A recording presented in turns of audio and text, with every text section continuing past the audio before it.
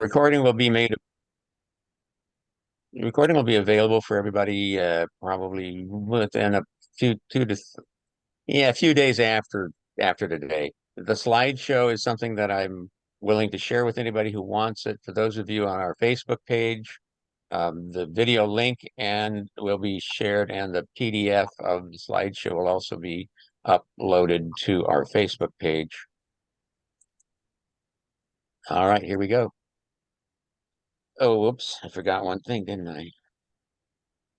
Share screen. Hello. Hmm. Where? Oh, there it is. Yes, you're not going to be able to see it if I don't share it.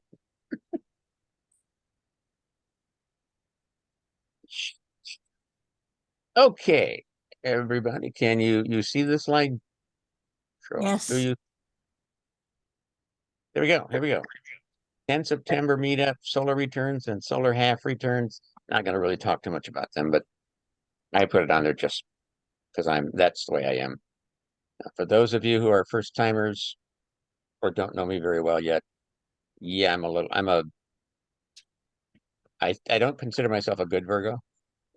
I'm a little odd, so you'll just get used to it. Rita knows me. Okay, here we go. Or we're trying to go. There we go. So we've done our talk around. I'm going to go through a quick calendar of some of the major upcoming astrological / astronomical events. Then we're going to talk about what a solar return is, talk about the sequence, what locations to use and how to read charts, and we'll have some couple of volunteers to look at. And then I've got a bunch of other charts in there as well that we might look at. So I guess we might as well get going. Okay, tomorrow, 22nd anniversary of 9/11. For those of you who are interested, I do have a 9/11 chart and also a solar return chart for 9/11 using the time of the first plane hitting the North Tower. On the 14th, we have the new moon at 21 Virgo 59.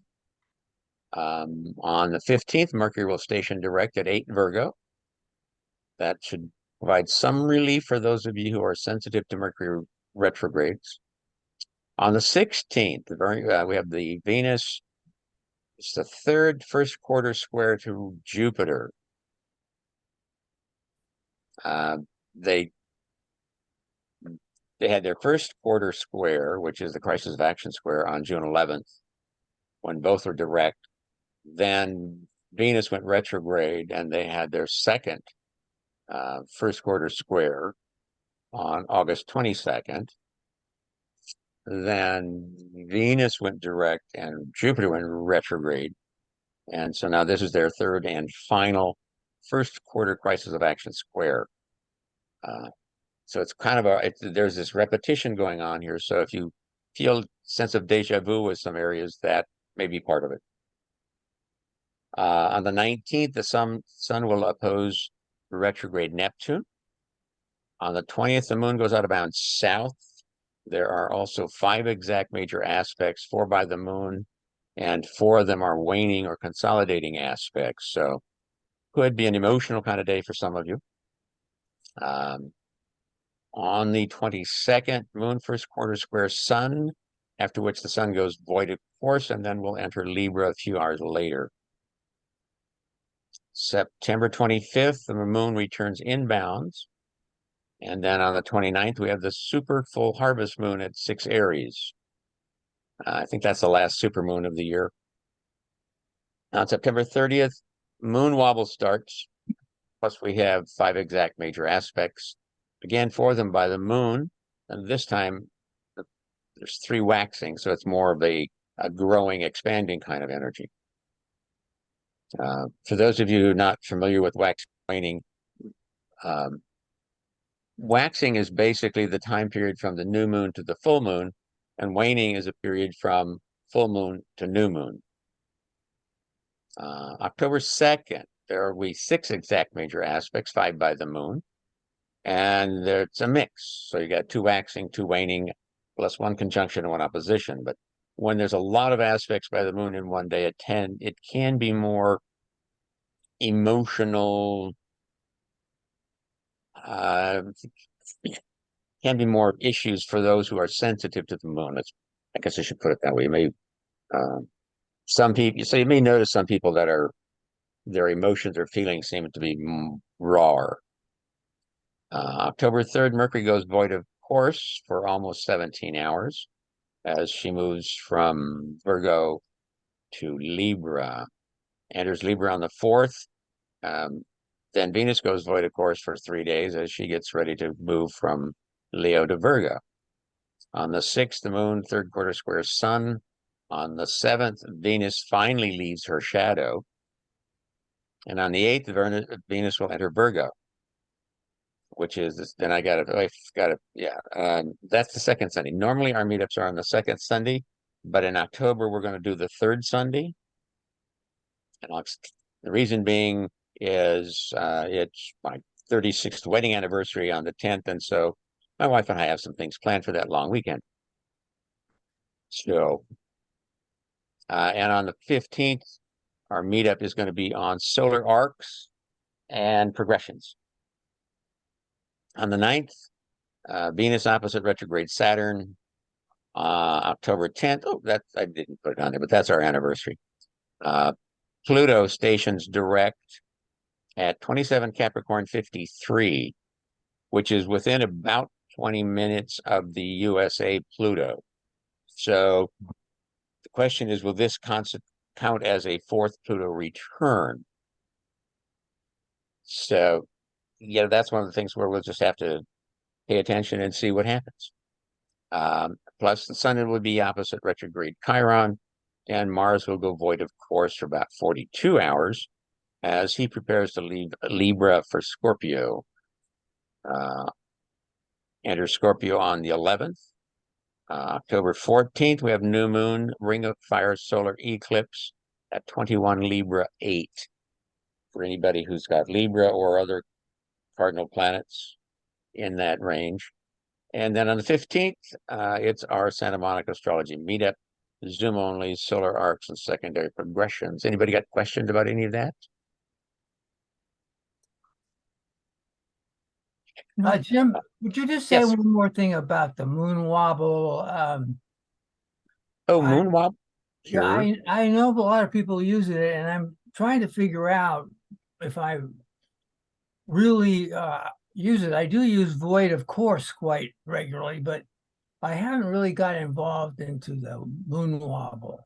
Yes. And briefly, moon wobble is a period when the sun is close to either squaring or conjuncting the nodes. And let's see if I remember right. I think it was the astrologer mathematician Carl Payne Toby, I think it was, who discovered moon wobble back in, I think, the 30s. And basically, what he found was that there seems to be an increase in chaotic activity, natural disasters, things on a larger scale of that nature rather than our day-to-day chaos.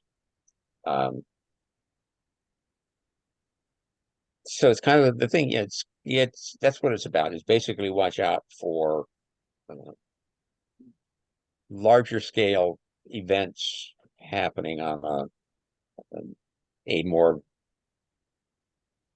a larger level, at not so much on a personal level, though you may be personally involved in one of the events, but it's an event that's going to encompass you and others. For example, like an earthquake, hurricanes, wildfires, plane crashes, train wrecks, those kind of things. Yes, things on a larger scale are things that tend to occur more frequently during a period of moon wobble. There is no established orb for it. I work in the range of around 17 degrees or so, which is when a planet would be considered in the beams of the sun.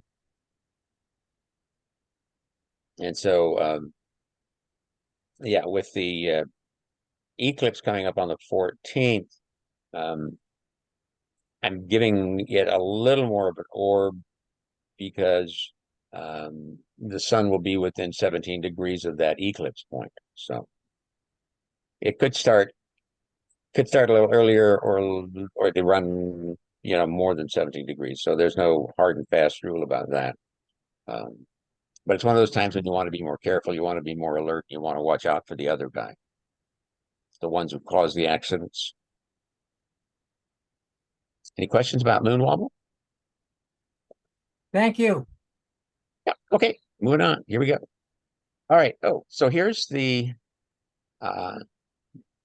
sure is this. It's the USA chart, and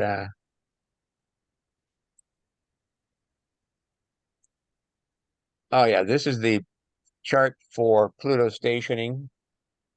The USA is on the inside, and the Pluto station is on the outside, and you can see how close it's stationing to the USA Pluto. So that's just there for your amusement, information. It's kind of like, well, let's watch the news and see what happens. I think we're still trying to figure out some of the residual effects of the three Pluto returns that we've had to the USA chart already. So, all right, here's a chart for the new moon solar eclipse on the 14th. I've included this since it's the day before our meetup. Otherwise, it would have been part of the next meeting. So you can take a look at that. This is a map showing the path of the eclipse. The red line is the line of totality.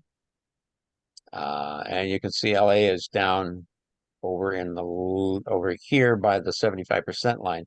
So it will be visible here, though not quite as spectacular as it would be if you were somewhere along that line. It's called a ring of fire eclipse because it happens when the moon is farther from the Earth. And so it's not quite big enough to cover up the entire base of the sun. If the moon were closer to the Earth, it would be a total eclipse. But because it's farther away, it's called an annular, or in this case, the ring of fire eclipse. So it's large enough that you basically will see the sun's corona around the darkness of the moon. Is the 100% line the red line here, Jim? Yes, that's the red line is 100% line.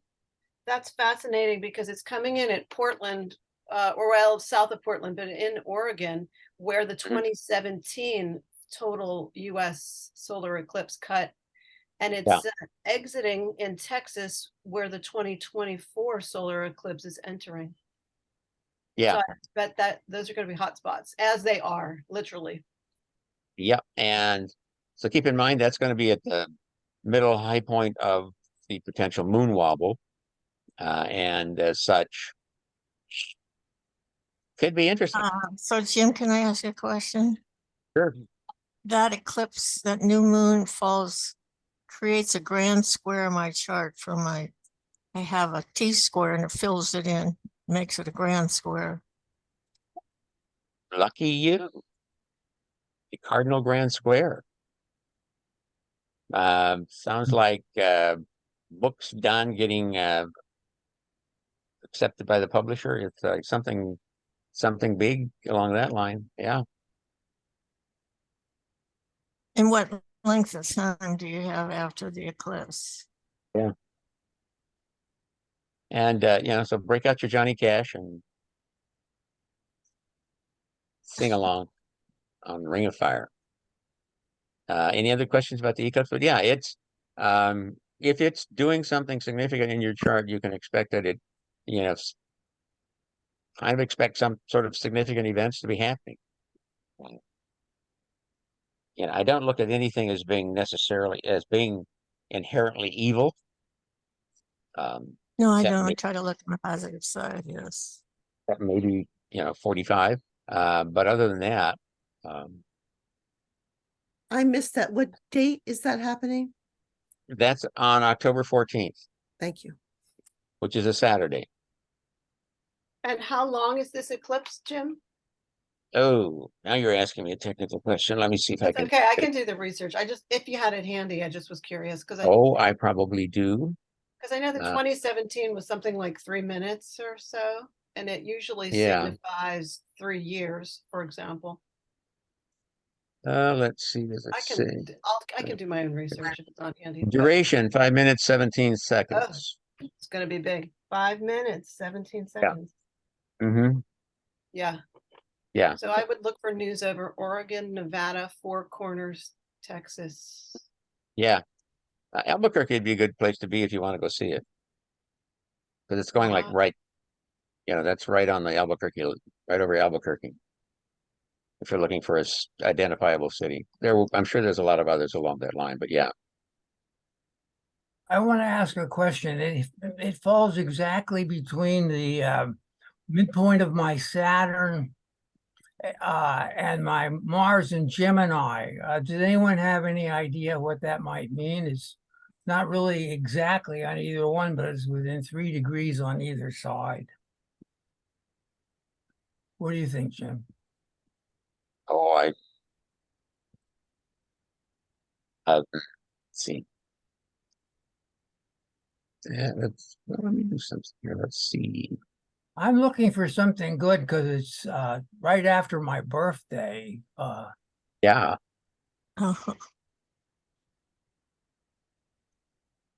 I think it's going to be a good time for you. Let's see. 21 Libra. Huh.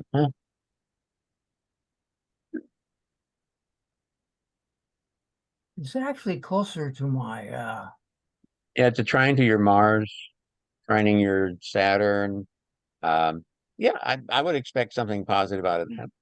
I hope so. I have a significant birthday that day, and I mean, not on that day, but on the 7th. And I'm trying to figure out what it might mean. I'm turning a huge number and been spending a lot of time thinking about it. Okay, anyone else have a shot at this? Shoot away, or else I'll quietly go away. Hang on. Let me do a quick. Let's see here. Where am I at? Back. Little shoebox. Here we go. I'm going to do something quick here. We're going to stop share. Hang on, people. See, we do, we're flexible here. That's good. We're all friends. Oops. I keep doing that, don't I? Okay, hang on. The bank. I keep, here we go. Sharing. Here you go. So there's, Spencer is on the inside and the eclipse is on the outside. Can you see the bi-wheel chart? Right. Okay. So here's the eclipse. Here, what he's talking about is his Mars at 19 Gemini and his Saturn at 26 Gemini in the trine.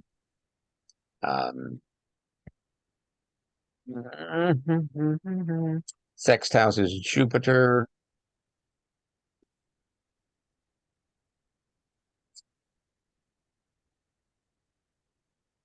Yeah, I don't think I wouldn't expect anything negative only because it's not making any hard aspects to any natal points. Um, though we might want to take another look at it next month when we're talking about solar arcs and progressions. Well, I'm taking a hard look at Mars squaring my moon because within 14 months, there's going to be a conjunction between Pluto and my moon, and I've kind of lived in fear of that for a little bit of time. So I'm trying to figure out, quite frankly, I don't want to bore people with my stuff, but that moon and Pluto have a real introduction coming up, and I survived it barely. did it station on your moon? I uh Pluto, I'd have to go back and look to see where it was stationing there. Um I mean, it went over it like 3 times, I think, at least, or 5 times. I don't remember. That was right before it. That was maybe a couple of years before it went over my ascendant. So Ah, okay. yours is in the 7th house. So what's the worst that could happen? You could, yeah, have a new, you and your wife could renew your vows. That's a good one. There's There's a good also one, the Venus as opposed conjunction. to having it in your 12th house when all the ugly stuff you're hiding in your closet comes out. Yeah. Yes. Yeah. Okay. So come back for October and we can take a little longer look at this along with solar arcs and progressions. Now, how's everybody? Still doing good? Yes. All right. That's good. I'm glad to hear that.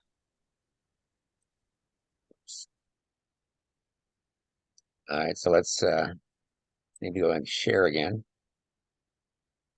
Share and share alike. Here we go. Let's see. Okay, here. Let's see if I can do it right this time. Here we go.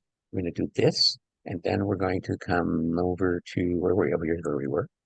Back to the slideshow. There we go. We're back to the map. Okay. Any other questions about the map? Yeah. So in October we'll talk about the solar eclipse and the lunar eclipse, and we'll work them into some solar arcs and progressions. We have at least one notable chart that we will be working with, thanks to Katharina's suggestion. The prosecutor from Fulton County, Georgia, Fannie Willis, is it? Tammy Willis. Bonnie Willis, yes. Yeah. District Attorney. So we'll be looking at her chart, and maybe one or two others in connection with the eclipses. Okay, so what is a solar return? Well, I think the definition is pretty straightforward. Each year we have a birthday on the calendar date that we were born. And the solar return is the transit chart to the point in time each year when the sun returns to the same zodiacal position it was at when we were born. Typically, this is going to be on our birthday. However, because our year isn't exactly 365 days long, it's a little more than that. It may occur the day before or the day after our actual birthday. So it's not based on the date and time of your birth. It's based on the position of the sun when you're born. So that's why it won't be quite exact. Most astrological programs will calculate your solar return chart. But then comes the question of what location. And this is where astrologers can sometimes get into, knock down, drag out disagreements. There are some that may say, well, use the natal location. Others will say, use your present home location. That's where you live. Others will say, well, no, it's wherever you were at the time of the solar return. And there, the concept is that you may go to where the better house placement of the planets. Reason being, it doesn't matter what place you erect the solar return chart for. All of the position of the sun and all the planets are going to be the same zodiacally. What changes or what might change is the house position of those planets. And if you want to give it a go and try that for your next solar return, what you might want to do is you're going to want to look east and west, because basically it's by moving east or west is where you get the greatest change in terms of the house cusps. Going north and south doesn't have a dramatic effect on house cusps. East and west does. So if you don't like the fact that maybe your solar return is going to have the sun in the 12th house and you want to try to move it to the 1st or the 11th, try picking some spot that's east or west of where you're at and see what that can do for you. Just keep in mind, somebody else might move into your 12th house or whatever house you're trying to get the sun out of. And So we're going to have more discussion on that when we get to some actual charts, I think. So just remember that it doesn't matter what location you're using to erect the solar return chart for. The zodiacal positions of the planets it won't change. House cusps can change. That's the only thing that will change. And which house then the planet falls in could change. So you got a solar return chart. Now what? Well, you read your solar return chart the same as you would a natal chart. There's nothing particularly different about it. It's not like there's a different set of rules for what they mean. Premise is that the solar return chart will provide insight into what the coming year may hold in store and be like for you. So the significance is what starts with what house the sun is in for your solar return chart. That's why the location can make a difference. So like applying and separating aspects, the orb for a solar return chart may begin about a month prior to the actual return and extend into the next return. So it's kind of like a blending of, when you get close to your birthday, it's kind of like you blend your old return with the new return. You look for the transition to see what's really changing. And again, you start with the position of the sun. So maybe, last year the sun was in your fifth house, and next, it was in the fifth house of the solar return. And next year, the solar return chart has it showing up in the third house. Those are the kind of things you're looking at. Keep in mind that if you do a bi-wheel and you put your natal chart on the inside, then the sun will always be in the same house. A solar return sun is always going to be in the same house that your natal sun is in. The other planets and points, they're going to be somewhat different than your natal chart. How different will kind of depend on cycles, because there are cycles during which certain planets will coincide with a solar return in terms of getting near to their natal position. So after reading your solar return chart, then my suggestion, and I'm going to throw out mine, and then we'll get some other thoughts from Spencer and Cornelia and anybody, the rest of you who have thoughts on this. I create a bi-wheel with the return chart on the inside and the natal chart on the outside. Reason being, I want to retain the integrity of the return house placements, then also allow me to see the aspects they make to the natal positions. And then I'll swap the chart. And sometimes by swapping, you can get a clearer picture of the aspects between solar return planets and your natal planets. Now, here's something that came up as Spencer and I were talking about it the other day. But wait. So if you're using your current location for your solar return chart, Michelle is an example. She wasn't born here. She was born someplace else. But she now lives here. So if you do the solar return chart for here, where she's living now, but you use her natal chart from where she was born, or should you relocate her natal chart to where she's at now and compare the solar return chart for here with her relocated natal chart for here? So I don't know how many of you are living close to where you were born. If you were born here and you're still living here, then there's really no point to relocating the chart. For those of us who aren't native to Southern California, it can make a big difference when you look at a relocated chart. So we'll get there. So there's some things that I'm not trying to confuse the newbies, anybody that's still new to astrology, that just the variety of things that can come up. Where are we next? Here we go. All right. This is just a quick sample chart. It's actually the anniversary of when Spencer and I took over this meetup group. And it's the anniversary of our first meetup. We took over the group August 6th of 2006. And our first meetup was held on September 10th of 2006, 17 years ago.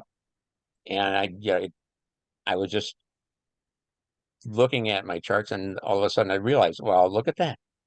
So this is the chart for the first meetup that we had.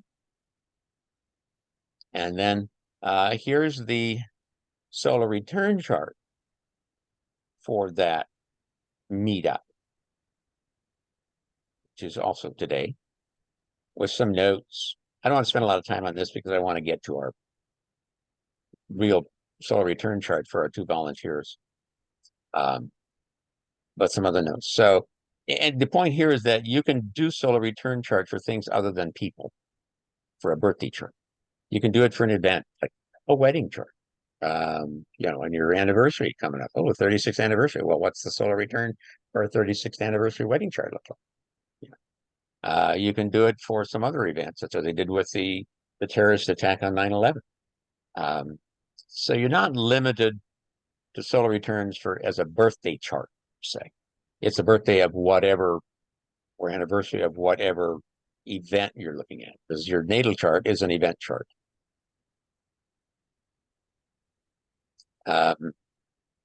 And so now the solar return was erected for Santa Monica. Today I'm coming to you live from Canoga Park. So I did both charts, and you can see there's very little difference, less than a degree difference in the house cusps and angles. All right. Here's the biwheel with the return on the inside and the first meetup on the outside. And here we go. Here's our first volunteer, Lily. Are you ready? Yes, I am.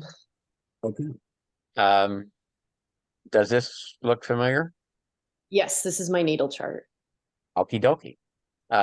Now, the point I wanted to make, you see the green circle with the X with the plus sign in it at 2350 Pisces Yes. on the chart? What we rarely talk about when we're talking astrology and charts is where's the Earth? You know, we talk about the influence of the various sun, the moon, and the other planets on us, but we tend to overlook the fact that we are physically standing on the Earth. Where is the Earth in all of this? Well, it's easy to find because it's always exactly opposite the sun.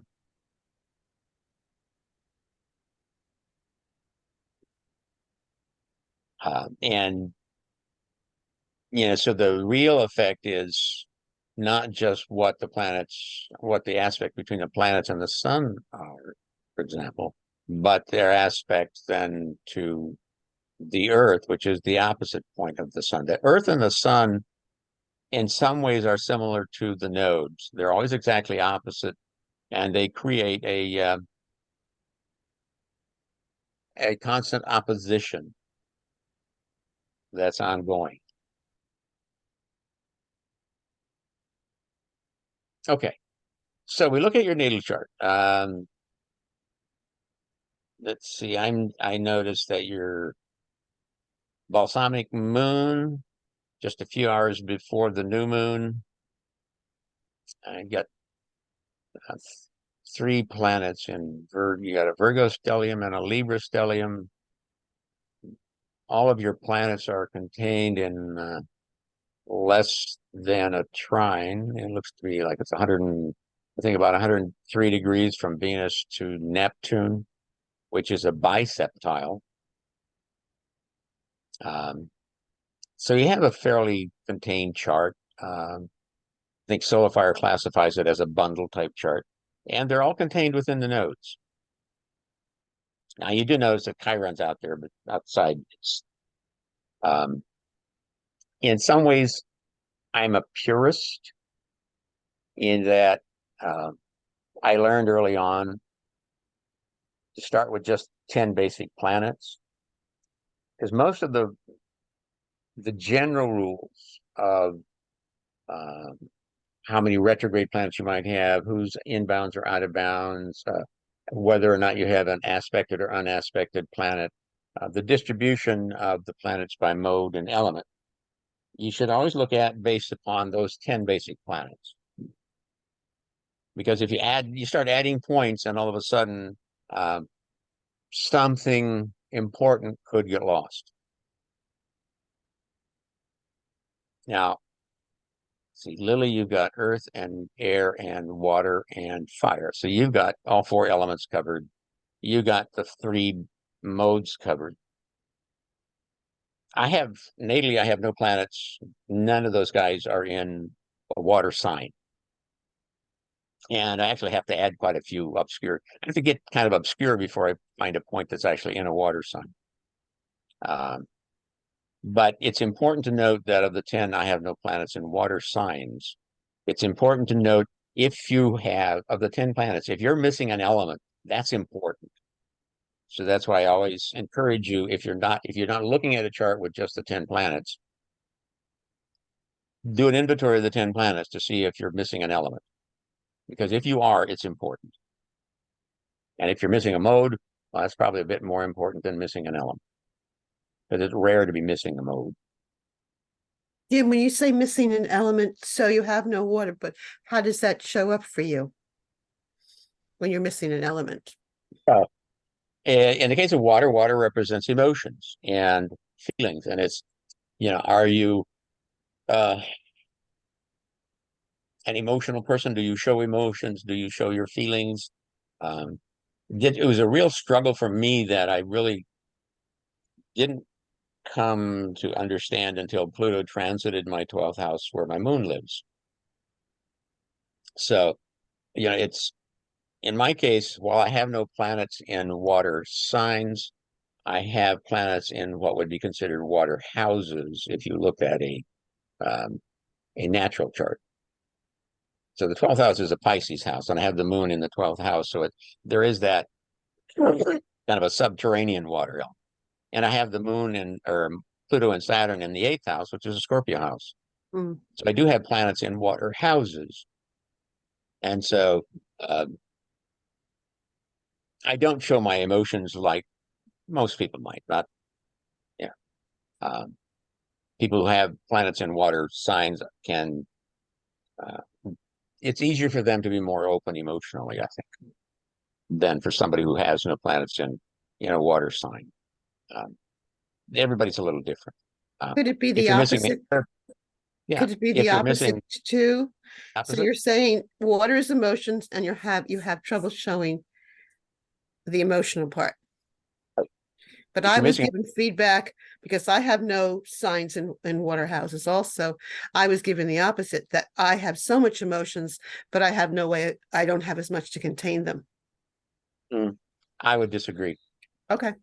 Can I project something in there? Sure, please do. One of the systems that I used, I got from a British astrologist that I thought was very interesting. She said, if you have 0 planets, you're not in tune with that particular element, but you compensate for it, which you can do in 3 different ways. You can direct it through another element. Like I had no air, but I projected it through my interest in drama because I have a Leo moon. Okay, so you can do that, or you can marry somebody that has a lot of that element. It sort of puts you in touch with somebody that has what you want, what you need. Yeah. Yeah. Or there's another way I forgot. You overcompensate for it. Like Trump has no earth in his chart, but he compensates that with his huge buildings. Mm. He's a real estate person, so he overcompensates because that's where he wants the recognition, is the fact that he builds these big buildings. So that's 3 ways of looking at how you operate with that missing element. Yeah. I have no air. I was an early reader. I've written a book. I've got 2 master's degrees. I read all the time. So I'm overcompensating for that lack of air.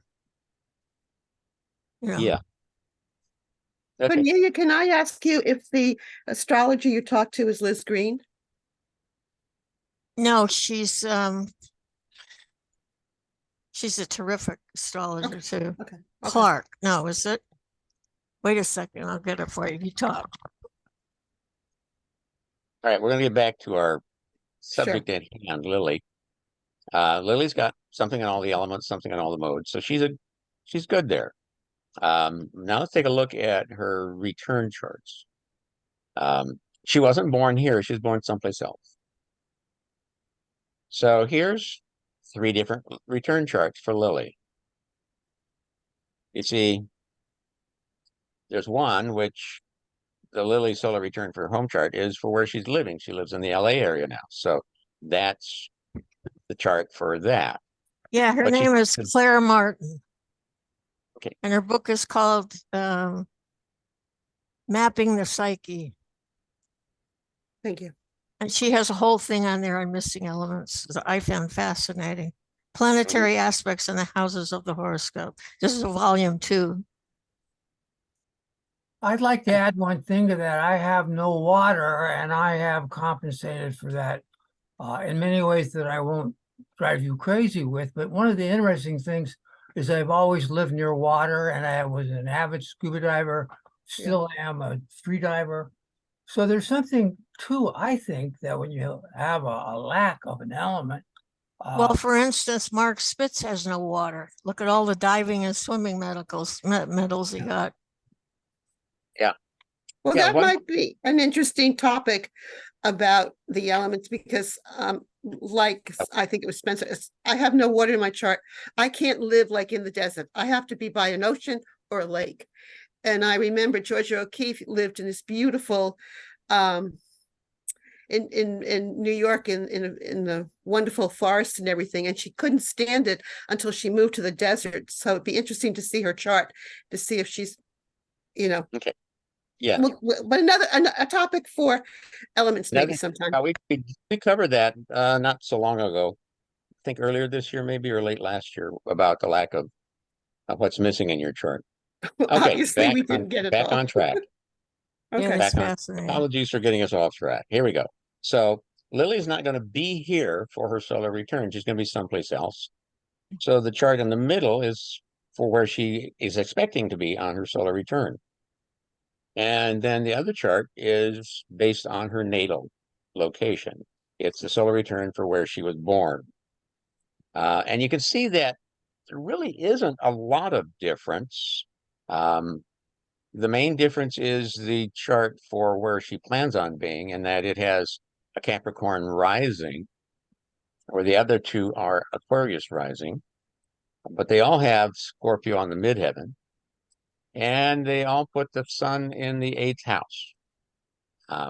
But you see where one has, so the natal location has the lower right.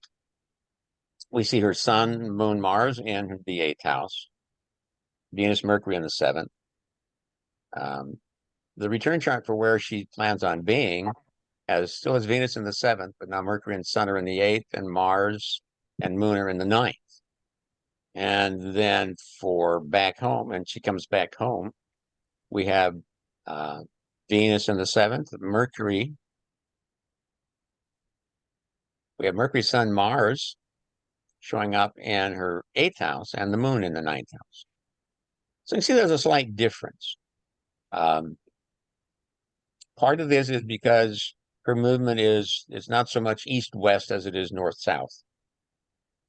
So her natal location is east of here, but not, not across the country. So you can see there is some difference, but not a lot of difference. But if you look at the positions of the planets, you'll see they're all the same. Okay, the sun is at 2350 Virgo. Mars is at 1314 Libra. Moon is at 1455 Libra. So none of those things change. But by looking at different locations, we see where there can be some subtle changes in the house positions. But overall, we find an 8th house emphasis for the sun, regardless of where she ends up, which chart we end up using for her solar return. So that's, I think the critical thing for Lily is going to be that coming year is looks like an 8th house sun year. And there's all kinds of things that we could read into an 8th house sun. 8th house we know of as a Scorpio house, house of endings, one of the houses of death. It's about learning about interest in life, death. To some extent, you might go into the paranormal, spiritual world. So there's a variety of things that we can associate with that. So let's, what are people's thoughts? Well, I think the sun going through the 8th house quite often means a transformation too, especially since Mercury rules the house and Mercury rules the sun, and that's in the 8th house too. So it seems to me that she's thinking about making a big change this year in some way. How about it, Lily? Any big changes in store, maybe? No, we're on strike right now, but it would be lovely if once that is over, we had a lot of work. So, but you never know what can happen. But no, not that I am planning, but you know, I feel as though the big changes in my life were mostly unexpected and, you know, didn't see them coming. But Well, I'm looking at the Mars conjunct the moon too. So sometimes that means a moving your domicile somewhere else. 8th house also has a lot of it represents inheritance, or That's lack another thereof, thing. taxes, payments, debt, not just sexuality, but something about ancestry because it's tied to inheritance. Caroline Casey talks about the 8th house beautifully. It's everything, sex, death, taxes, the spiritual world, the invisible, you know, everything that we consider profane that was once sacred that is now become sacred again. yeah, and on the topic of just change, I do have Uranus making a transit to both my sun, moon, and rising sign at the moment, but I haven't really seen anything big yet. But I imagine it hasn't been exact with my sun yet. So it's at 22 and my sun's at 23. So 2350. So I know we've been at 23 with Uranus. But so perhaps that is still coming and will possibly be something that I won't be able to predict earlier. Well, having the sun and moon, well, no, it's Uranus is in Taurus, right? Yes, it's Yes, fine. right. Let's see. Hang on. Let's do. Yes, and 22 Taurus. Yeah, Okay, it's nice so to here we see go. the So flywheel. So it's the- actually trining your sun. here's the big wheel here shows is based on where she plans on being for her Right. return with her natal chart on the outside. And then the smaller wheel, I just swapped the two charts.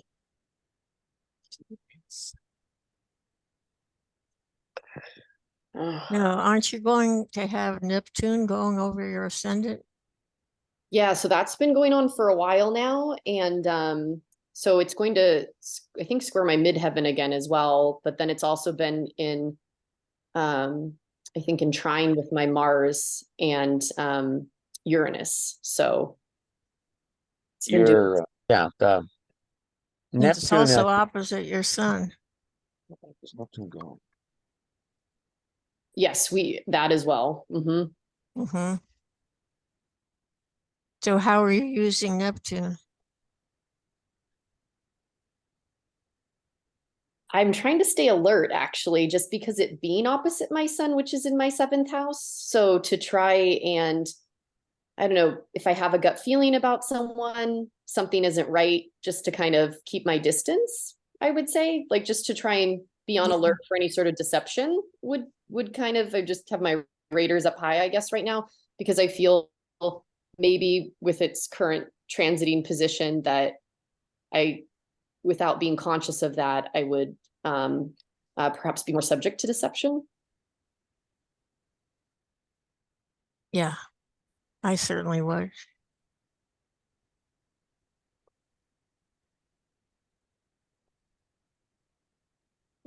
Especially when it's going opposite your 7th house, you're right. I mean, you have to stay away from idealizing people. Making sure that you see them clearly. Yeah. So Yeah. Neptune is fully ensconced in your first house. It is not going to go back to your 12th. It has made its last pass over your ascendant. So you've got Neptune transiting your first house for a few years now. Yeah, and then its position in the first house, I kind of thought perhaps I also need to be conscious of how I present myself so that it's not in a way that's deceptive.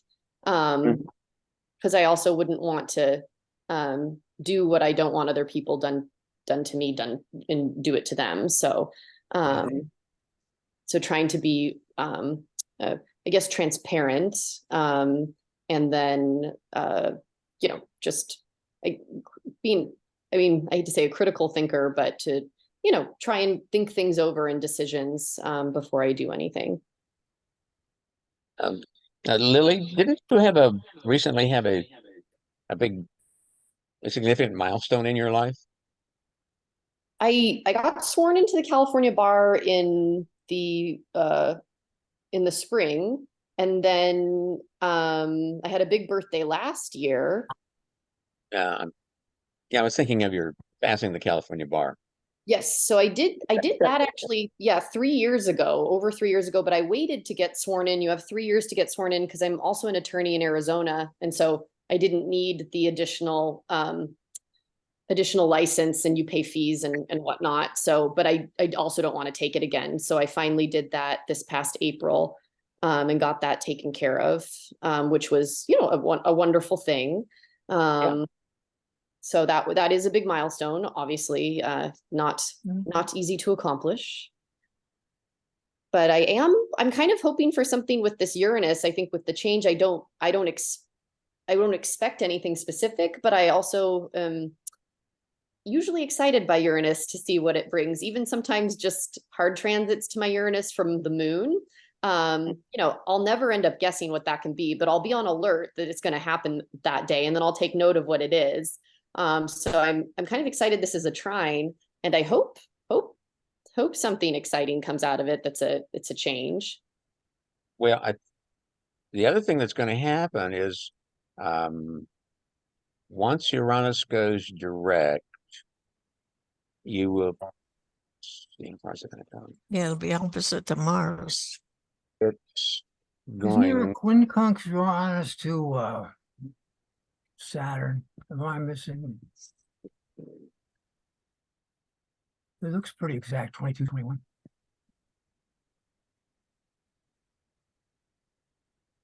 I was going to mention that Neptune is not only the planet of illusion and deception, but when it was discovered, it was at the birth of the camera. And we often use Neptune to signify film, cinema, music, the arts, dance, poetry, ecstasy. Deep feelings, deep, opera, like ecstatic music. Maybe there's a positive way to utilize that as well. Yeah. So I am also an artist and an actor, and so I will continue doing that I can do my art without the strike being going on, but once the strike is over too, hopefully that will get things started again. But right now things are a little bit on hold, as for so many things they are now with all these planets being retrograde. But yeah, I was a little bit worried also with the sun in the 8th house. I don't know if anyone knows anything about nodal transits, but the south node over my Pluto, that I kind of thought, well, maybe that's a little dark, or some sort of a release of something leaving my life. And then the upcoming Ring of Fire solar eclipse I just saw once. Jim showed us his chart of the current astrological events that were coming up, will be exactly on my Saturn, which I've never had a solar eclipse exactly on my Saturn. That can Yeah. bring up a lot of Don't worry karma. about that. Just stay indoors. I Um, think I think that the Pluto, it looks like the Pluto South Node is the most closest um, aspect in conjunction in terms of conjunctions in the chart, and I think that there's definitely something to that, and you don't have to like we always get scared. I do when I see Pluto sometimes, but there's what Katrina was saying about the eighth house being connected to ancestors. That's what I'm picking up here, with the moon really close by. I mean, at least in the same sign. Something to do with the ancestors, like doing soul retrieval work, or looking back into the lineages and seeing what sort of traits your ancestors had, what were the wounds that went on, to see if there's any unconscious healing that needs to take place of patterns or habits that got instilled by some kind of traumatic event in the past. It might just show itself sometime in this year for you to just go look deeper at, like, you could work with a shaman, or you could do it on your own just by being really clear and seeing what's coming to your experience, and then using that to go deeper and looking into the past to see what's there, because there is something there that wants to come to the surface that's really deep, that you it would benefit for you to know to know about and review it and look at it and claim it and face it, and then if necessary, by that awareness, it can become, if it's negative, it can become transcended into something more useful for you, instead of it being an unconscious pattern that's still working through the lineage. Yeah, I think that all sounds great. And when I was researching South Node conjunct Pluto, there similar themes came up in terms of releasing something and going deep and trying to find these patterns that you may not be conscious of. And then if it's your choice whether or not you want to engage with that karma and let it go and work through it. Lily, this is going to be the third time it's happened. So one thing you can do is look back to the two previous times you had the South Node transit your Pluto to see what that was like. That is a very great idea, Jim. Thank you. Yeah. Because the nodes take, I'd like to ask if you've noticed your Mars-Uranus conjunction. What happens when you get transits to that? So I've been researching because I have Jupiter in my my second house now. So, and everybody loves Jupiter, but I just took note of when the last time I had when Jupiter was, I guess it would have been trine Uranus. And I won the jackpot at bingo, I noticed the night that was exact. So when it's good stuff, when they're nice transits, good things, I think right now with Pluto an aspect to it, I've been relatively healthy. So I haven't had any weird health issues. So that I think has been a sign of it. But I mean, Pluto is transformative. It gives you extra going power, things like that. But I don't know if it's really, I mean, it moves slowly. So it's also these long-term changes that it's I guess. Well, I was looking to see when you get the Uranus opposite Mars. Yeah, that I'm kind of a little worried about. I don't know, because everyone talks about accidents and whatnot, but I'm hoping since I'll have had the trine to my sun that it won't be so bad. But I think then it will also oppose my Uranus, around that same time. So maybe that's just midlife crisis, however that takes effect. Well, I've seen that Uranus and the sun quite often has to do with changes in your ego, of letting go of little things and looking for more stuff out there, broadening your vision. Yeah, I think that is something in my being in my 40s now, something that you just know that this time of youth isn't going to be endless. And so more thought as to where ultimately I want to end up. But I think I've still come back to sticking in LA for the time being. But I do think that that has increased, just in terms of how I make decisions, what is best in the long run rather than just what's the best choice right now. Mhm. And another thing I noticed for the coming year is Saturn will be in trine with my North Node. And so that was also kind of something I thought, well, what could that be? Bringing something maybe of permanence or more structure into my life. And then it will oppose my Venus. So I've also been thinking about that. And then also trying my Jupiter, which, usually you think Saturn and Jupiter. I remember when Saturn was over my Jupiter, and it was a time when, I felt really down. I was going through a really difficult time in my life. And there wasn't a lot of sunlight, you could say. Mhm. So I'm hoping that the trine is different. So I'm going to take note of my feelings during that time and what is going on. But if anybody has any thoughts on what happened, or if they took note of when Saturn was in trine with their North Node, and they felt it was something that was significant for them, I'd be interested in hearing. No, I've had Saturn go over my South Node. That was bad enough. Yeah, I've had that one. But I think going over the North Node would be a lot more positive. And it will give you some more stability. And sometimes Well, it brings a karmic experience into your life, or you meet somebody that you knew in another life. I don't know. Things like that happen. yeah. Okay, Yeah. Mara, you've raised your hand. Yes, hi there. I put it in the comments section already, but I wanted to say that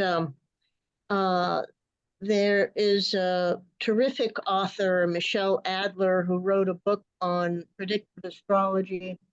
And I didn't learn this from her book, but I learned it from being on her Facebook group. She says that solar return chart is not a standalone chart, but you should put it side by side and compare it with your progress chart, and also compare it with your converse return chart. And if anyone doesn't know about converse return chart, it's basically you count whatever age you are and count that many days backward before your birth. So if you're 30 years old, you count 30 days before the day of your birth for your birth location and that time, and that is your converse return chart. So when you compare these two charts, the charts with each other, you then make a note of the angles and aspect between the planets that they have in common, especially the degree numbers. And then if you find new moons or full moons coming up within the next year that square or conjunct any of those new or full moons, that represents a time when that event will come to pass in your life.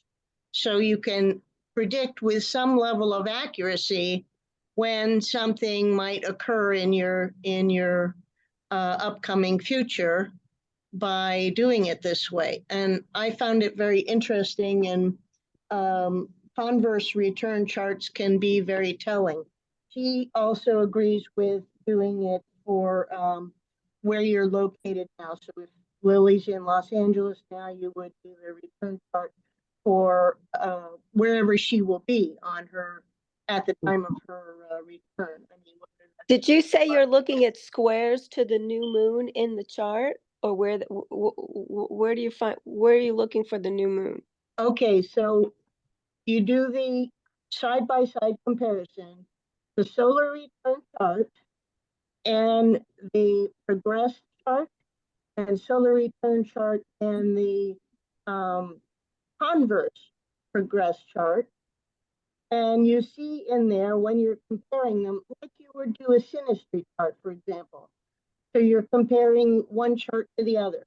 And you might find some squares in that, or some conjunctions, or whatever you find, just take note of it.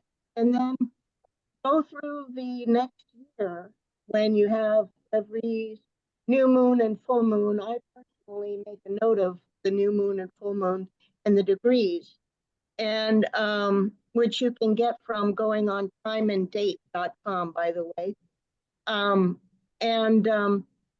Then you see when the full moon or new moon will be squaring one of those positions that you've made a note of, one of the degree positions. Oh, I see. And then that represents when that area, that Or house get back. will manifest in your life. Interesting. Very, very interesting. I really like that. I'm going to check that out. Yeah, it is really interesting. And he also believes that no return chart is a standalone chart. You should always compare it with other things. So I agree. I thought that was really interesting, and just wanted to share that with the group since we're talking about that today. And that's all I have to say. Thanks. I don't really find that the aspects are that important unless they're exact, and those are the most important to pay attention to within 2 degrees. That's my experience with solar return charts and looking at them over the years. I look at the the original chart of the solar return, but it has never seemed to have any significance at all. Yes, but if you compare it to your converse return chart, I within agree. 2 degrees, as I said, Yeah, and also with your progress chart, see how that comes out for you, and how things play out in your life from having done that. I think So that's a great idea, actually, to add the one new. way to really test it is to find a year in your life when something really significant happened. You had a kid, you graduated law school, or you started a new career, something big happened in your life, and go back to that year and do all these steps. Do the progress chart for that year, that time period, the solar return for that year, and your converse return for that year. And then go through and check out the new and full moons for that year, and you will see how it has happened historically for you in your own past. Anyway, that's all I had to say. Thanks. Can I say something here? I studied with Mary in March, and she was emphatic about wrapping the return chart around the natal, which I've always used and found it helpful. She also got very involved in looking at the progressed and the solar arc, which she thought was interesting. I think it's interesting that people here are also talking about using that with the progress chart, which I have also found that it's very helpful. I have found it very good to wrap the return chart around the natal chart with the idea that those are the areas where it will help. She sometimes joked about the return chart, saying it's just another transit, but she went on to discuss various ways to analyze it. Well, I remember she and Joan used to talk about using the progress chart. I look at the progress chart as kind of like your developmental chart. Where am I now?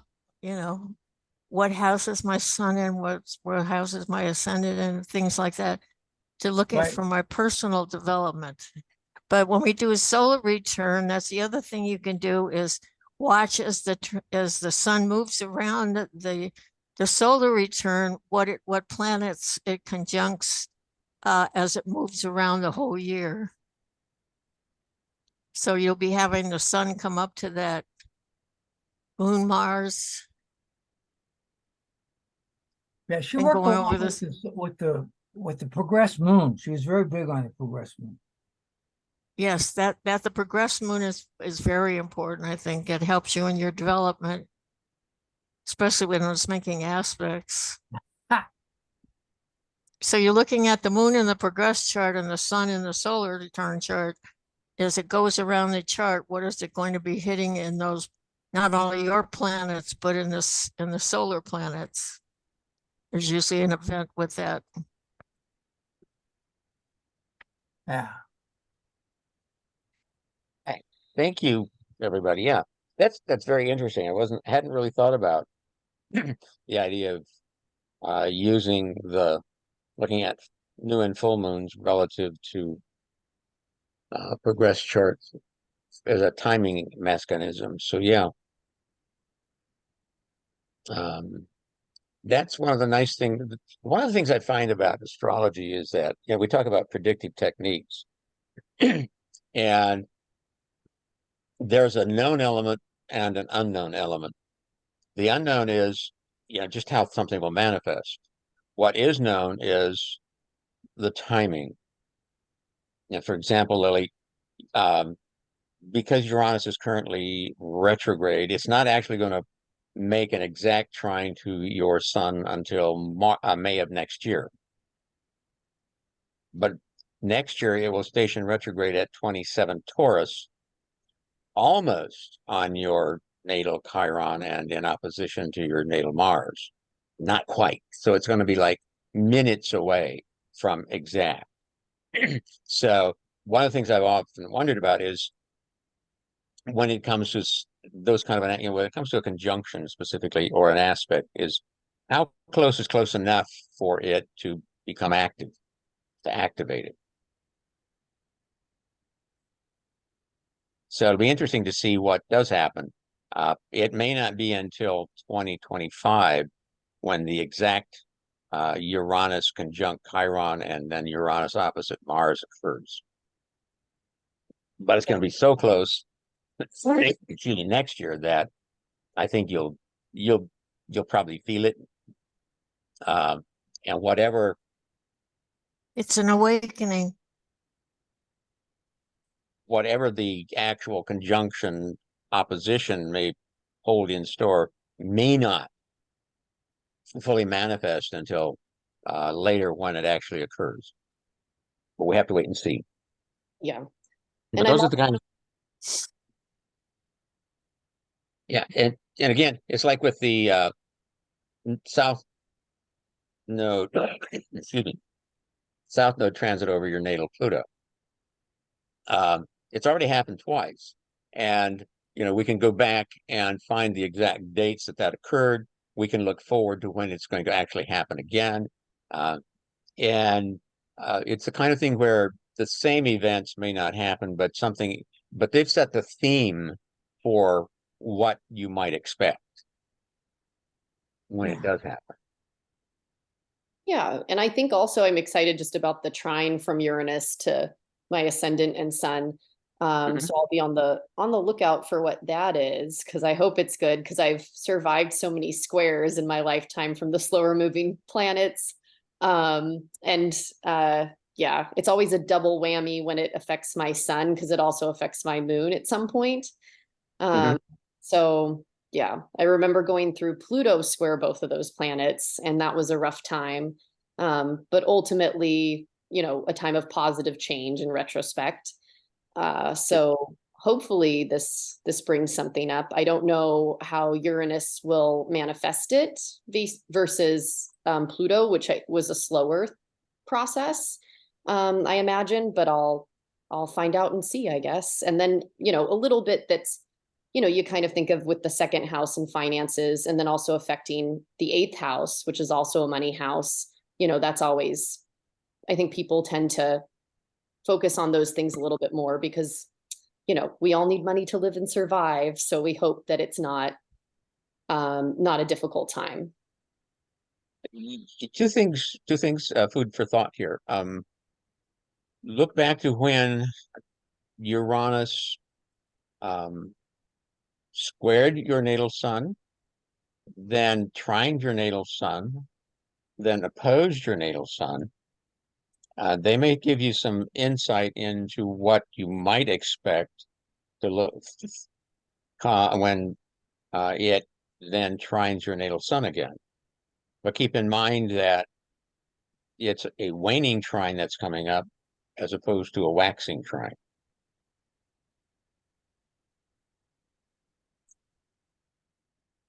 And see if there's a notable difference Yeah, I will in do the that. and then if you need any help trying to find those dates, let me know and I'll be glad to help. Yeah, thanks, Jim. And then has anyone had Saturn transit their 12th house before? I know, Jim, you made a comment about when we were talking about Spencer's chart with if he had Pluto in his 12th house, how that would be different and all the skeletons in the closet would come out. But I do feel somewhat of a heaviness since Saturn has entered in there. So I don't know if anyone has experienced the same or has thoughts on that. I think the Saturn in the 12th house has a lot to do with your bond with your unconscious.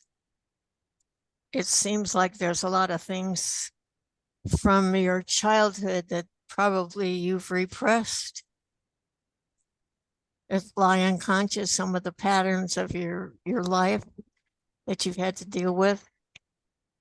Especially when these transits happen, they have to bring up things from the past that you have to deal with, old patterns. See. Uranus usually brings those out. I have Saturn in the 12th, and I had extreme problems with authority, basically because my father was such a strong man, but also was not around a lot. And then when he was around a lot, he was around too much. And I had to deal with that. And then also he died when I was 17. I had to deal with that. I didn't really get a chance to show him that I was as smart as he was and other things. But, and it's exact square to my Mercury, which there's a lot of hypercriticism going on, which made me a very hypercritical person for a long time until I realized no one appreciated that. So I think that 12th house should be looked at very carefully. The moon to me is a nurturer. I find women sometimes who have that moon in the 12th have problems with the mother, emotional problems, or one woman whose mother was always the beautiful one and the daughter was always had to feel like plain Jane. And it took me a while to convince her she wasn't a plain Jane. So I really think the 12th house is like Cornelia said, it's like an open door to the psychology of what's going on inside at a deeper level. That's my little sermon on that. Well, I've had Saturn transit my 12th house a couple of times. Second time, let's see what happened. What was the second time? Well, I got divorced and remarried as it went through my 12th house over my ascendant and back again. So yeah, That's when heavy. I got mine too. Those kind of things can happen. That was in Sagittarius, so yeah. So you're going to get those. You can get the theme, and then you may need to, but then you need to consider the natal chart to try to get a sense of what sort of events might that portend. In fact, now that you mentioned, I'll go back and look. Let's see here.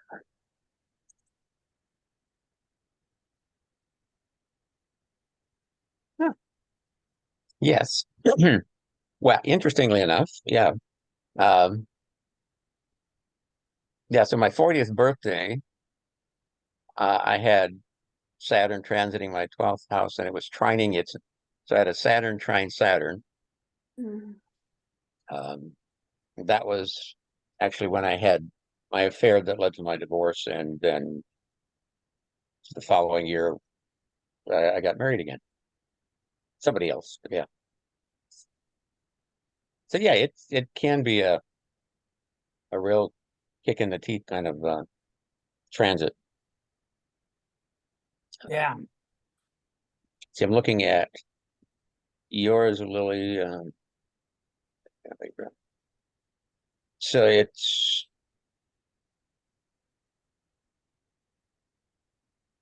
see, it's not if you're looking for a natal the natal aspect would be the in conjunct will occur just as Saturn gets ready to transit your ascendant.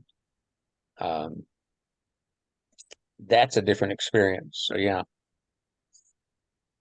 And it ended, let's see, so it trined it, so you had a Saturn trine Saturn when it shortly after it entered your 12th house. You've got 17 Aquarius on this cusp. You got Saturn at 21 Libra. So yeah. Oh, and let me know how that south node over Pluto goes, because your Pluto's on my Jupiter. I'm just curious. Oh yeah, no, I will. And I'm also curious for that because I have the second square to Uranus approaching from Saturn. So, but I did check the date for the first Uranus square from Saturn in the 12th house, and not much. Like, I was preparing to go to India at the time, but I had a lot of things I had to do, but there wasn't anything like anything notable that I would be concerned about, I guess. But it being the second time and then the third time that's coming up here this year again, I think maybe that's also a little bit why I'm feeling maybe a little more, I guess, heavy. I don't know, just a little more serious, not as, light and let's go have a fun time sort of an attitude. So feel more like working, I guess, and getting things done. Well, if we think of Pisces as being more of a lighter sign, then yeah, Saturn in Pisces is going to tend to heavy it up a bit. I think of Sagittarius as probably being the lightest sign, the happiest or most optimistic sign. Pisces has its optimism, but yeah, I don't know, it's water. But yeah, so in 12th house, yeah, it's going to be, it can bring on heavier things. Yeah. Of, okay. Any other? Let's see where we at. Okay, so all right. So we got Michelle's chart coming up next. Any other last thoughts, comments, questions regarding Lily and her wheels of fate and fortune? I have a last question. So we were looking at it with the charts overlaid over one another, so with outer and inner wheels. But in what I was hearing from the group, at least based on what I was getting, the solar return chart by itself is not very significant. You always want to look at it in conjunction with a progress chart or your natal chart. Well, I disagree with that, only because if you don't look at your solar return chart as a separate chart, you won't know where the sun and the planets are going to be by house. When you put the solar return outside your natal chart, then it's always going to be in the same house it is natally. And I think there is some significance to be had by looking at what house the solar return chart sun is in. But also you can look at, the moon, the ascendant, the big three, what are they in your solar return chart? And the other thing to consider is, what is the sun moon phase aspect? Are you looking at a new moon, full moon, first quarter, third quarter square? Is it balsamic? Those things can lend an atmosphere or a theme to what's coming up. Also, don't you look at the ascendant, what house that falls in the natal chart? Yes, I do when I do the bi-wheel with the solar return on the outside. Right. Yeah. I think I that's just important. like to put the solar return separately and then solar return on the inside. James, But yeah. can I ask a question? So we are talking about Saturn. So her solar return Saturn's in her second house, but natally in her 12th house. So how do you, like, I know we were talking about it in terms of her 12th house. So, but what's the impact of it then in her solar return chart being in the second house? Do you look at that as well or no? Hang on. Okay, so the solar return chart has it in the yeah, in the second. Natally, she has Saturn in her The seventh. seventh house. So she has Saturn in the seventh house natally. For this solar return, it's going to be in the second house of the return chart, but the 12th house relative to her natal chart. So Right. Saturn So has, then what's most significant is that it's in her 12th house natally or no? ultimately, yes, I would say yes, because that's, I mean, because technically a solar return chart is a transit chart for a particular moment in time. Okay, thank And, you. so tomorrow it all changes. Yeah. Excuse me, Jim. Yeah. This is Rita. I'm Yes. being my Virgo Libra counselor self. I think I was supposed to also do Michelle Hay. Yes, she's coming up next. Okay, I don't know how long is our session supposed to be? 2 hours or more? We'll see how long it takes. What time is it? It's almost Yeah. 2 o'clock, 10 to And I 2. thought, I looked at the clock and we were Just fine. a And gentle little nudge, dear. yes, thank you. All right. So we good, Lily, for now? Yeah, just one more yeah. question. Would transits to the solar return chart be significant? Because that's what I always had been taught previously, that it was a blueprint for the upcoming year and it would be significant when you had transits to certain points. Yeah, you can, that's something you can also look at that as well, because those solar return positions get activated by transits. And the other thing is, we didn't even look at progressions or solar arcs relative to natal and solar returns. So that's something, if you really want the full deep picture, you need to do the natal chart with with not just the solar return, but with your progressions and solar arcs at the same time. So yeah, so you can get really deep. That's why another reason why I suggest, you don't want to include a whole lot of points. So these charts have got, the 10 planets, the nodes, and Chiron. James? Yeah. What's your thoughts on retrograde solar return planets? Well, speaking of retrogrades, yes. So let's see, Lily, you've got 5 planets retrograde on your solar return. Retrogrades, the effect of a retrograde generally is considered to be one of causing delays, obstructions. It can, but if you think about a retrograde, what is a retrograde planet? A planet is retrograde when it is closest to the Earth, meaning its energy is going to be stronger. It moves slower when it's retrograde than it does when it's direct. So that can help to intensify the energy, because the energy will take longer to build and longer to dissipate. So retrograde planets, I generally consider to be stronger than planets that are direct. And if you've got a bunch in for example, let's see, Lily, I think you have 2 natally, and do you don't have any retrograde planets natally, do you? No retrograde planets. Yeah. And so now with a solar return with 5 retrograde planets, that could cause, I would generally expect that things that are supposed to happen may happen, but they may take longer to develop. They may not develop to the full extent. So it's kind of like if you're with Jupiter retrograde, if you're expecting a nice windfall, you may get it, but it may come later than you expected, and it won't be as big as you expect.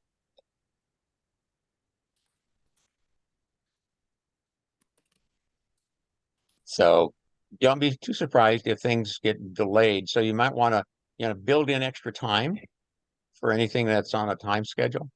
Allow yourself you know, if you're going to do something, you may want to start a little earlier than you normally would, because it may take you a little longer for it to get it done. So, you know, beware, you know, practice good time management skills. Ah, Okay. Here we go. Michelle. All right. So Michelle was born in Milwaukee, a little bit farther east. So this is her natal chart. That look familiar, Michelle? Yeah, that is me. That's you. Oh, goody. Okay. So we see fourth house Sun conjunct Venus and Mars. We've got that's 3 planets in Libra, 3 in Scorpio. Will be nice to you. Let's see, we have a moon. Let's see, moon opposite Mercury. You've got Jupiter and Mercury retrograde, 2 retrograde planets. That's the most common. About 30% of the population are born with 2 planets retrograde. Um,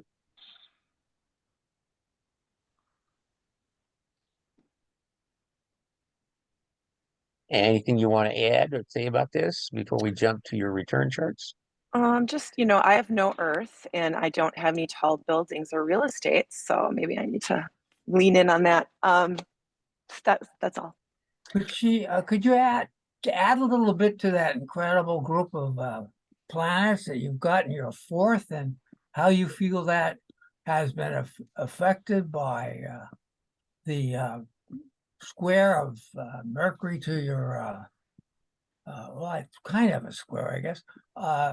Anyway, what did you find that, I mean, that's a lot of planets. Yeah.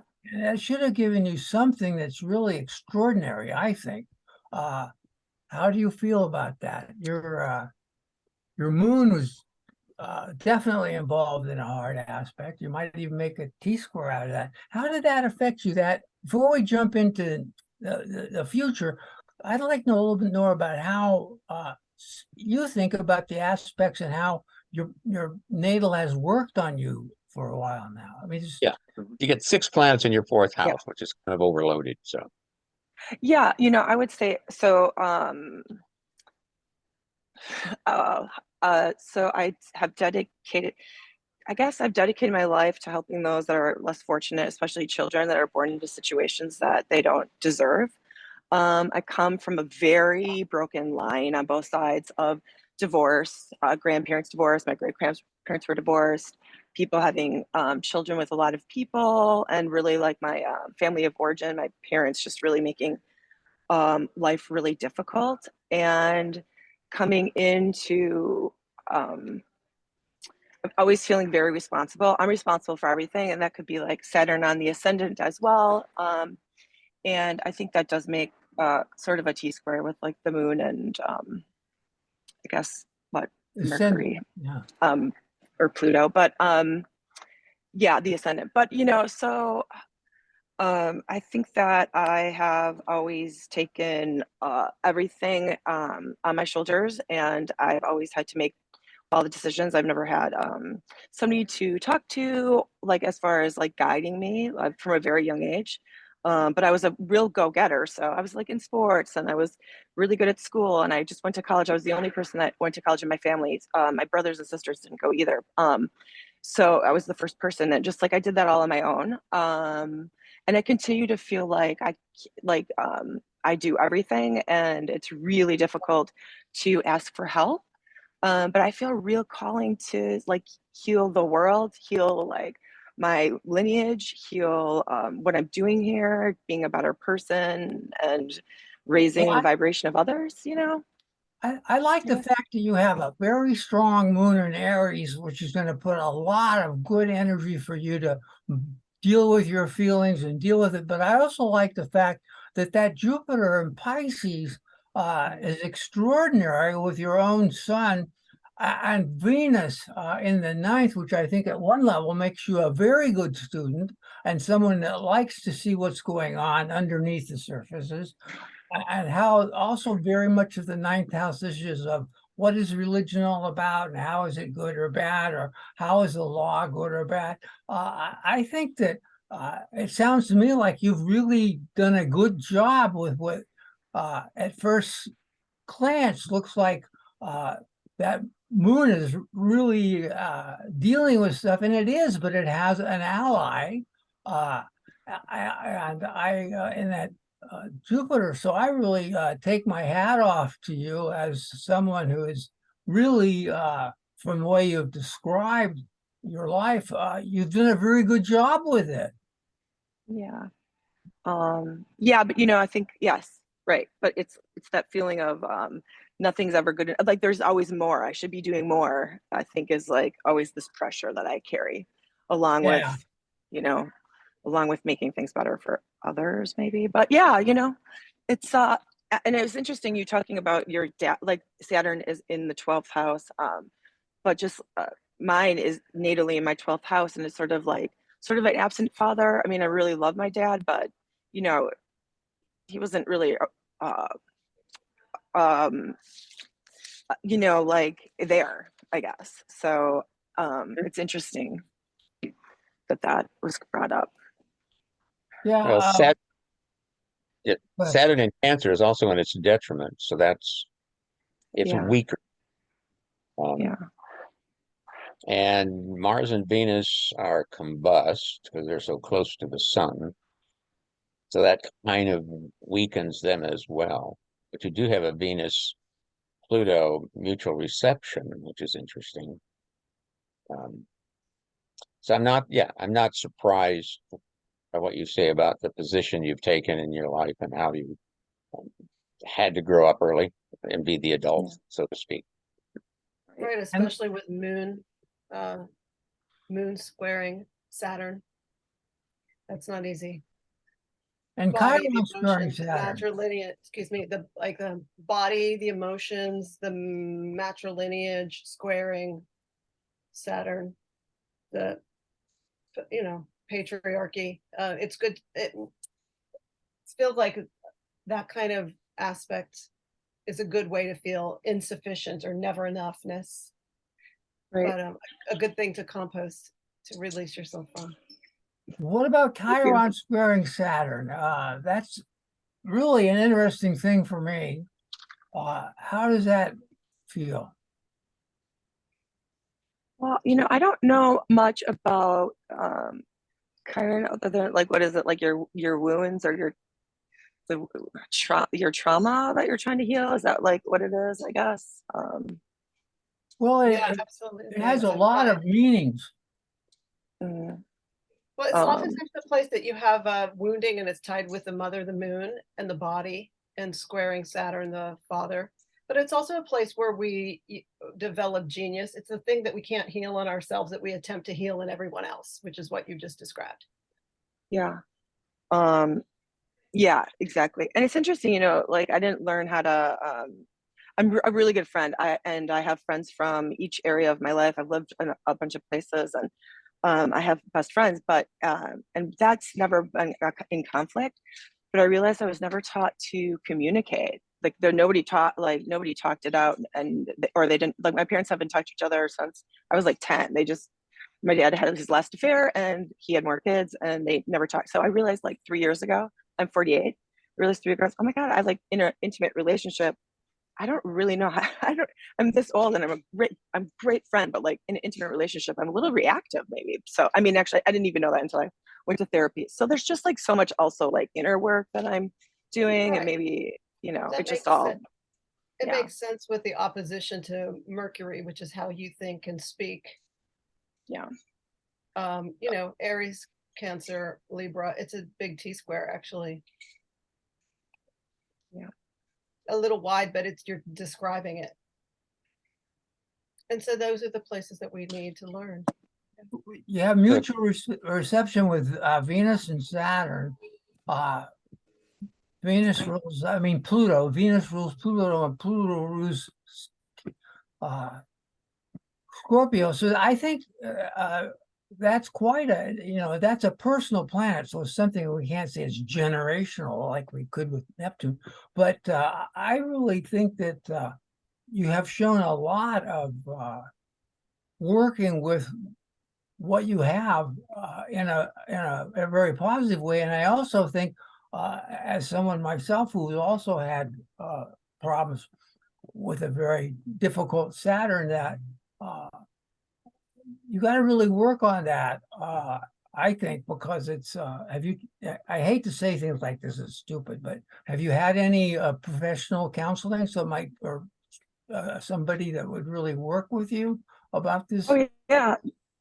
Well, not astrologically, but last year was I did a whole year of cognitive behavioral therapy, and a lot about me and like future me. But yeah, well, in 3 years, yeah, and well, actually, for COVID, I did a whole year of therapy on communication because I'm disconnected with my dad, and that's really difficult because I really love my dad and I know he loves me, but we don't talk. So there's just so much. We could go on forever. So yeah, but maybe, as I get to know all of you guys better and understand my chart more, it'll be interesting to take that therapeutically and be like, oh, I can work on this specifically, I guess, right? Well, the one thing I see is the Chiron is not only square the Saturn, but it's conjunct the moon. So a lot of this all stems from that fourth house, because Chiron and the moon says that the deepest wounds are emotional ones, the ones that came from your early childhood, a sense of instability, of not having security, trying to find something for security. I mean, there's a lot of ways to try to find security. You can try to find it in other people. You can try to find it in money. You can try to find it in a career. But finding security is important for you.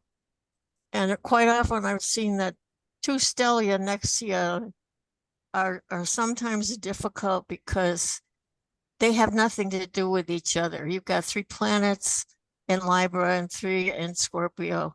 But the good thing is that Pluto rules the Scorpio and the Venus rules the Libra. So they do have kind of a way of weaving together.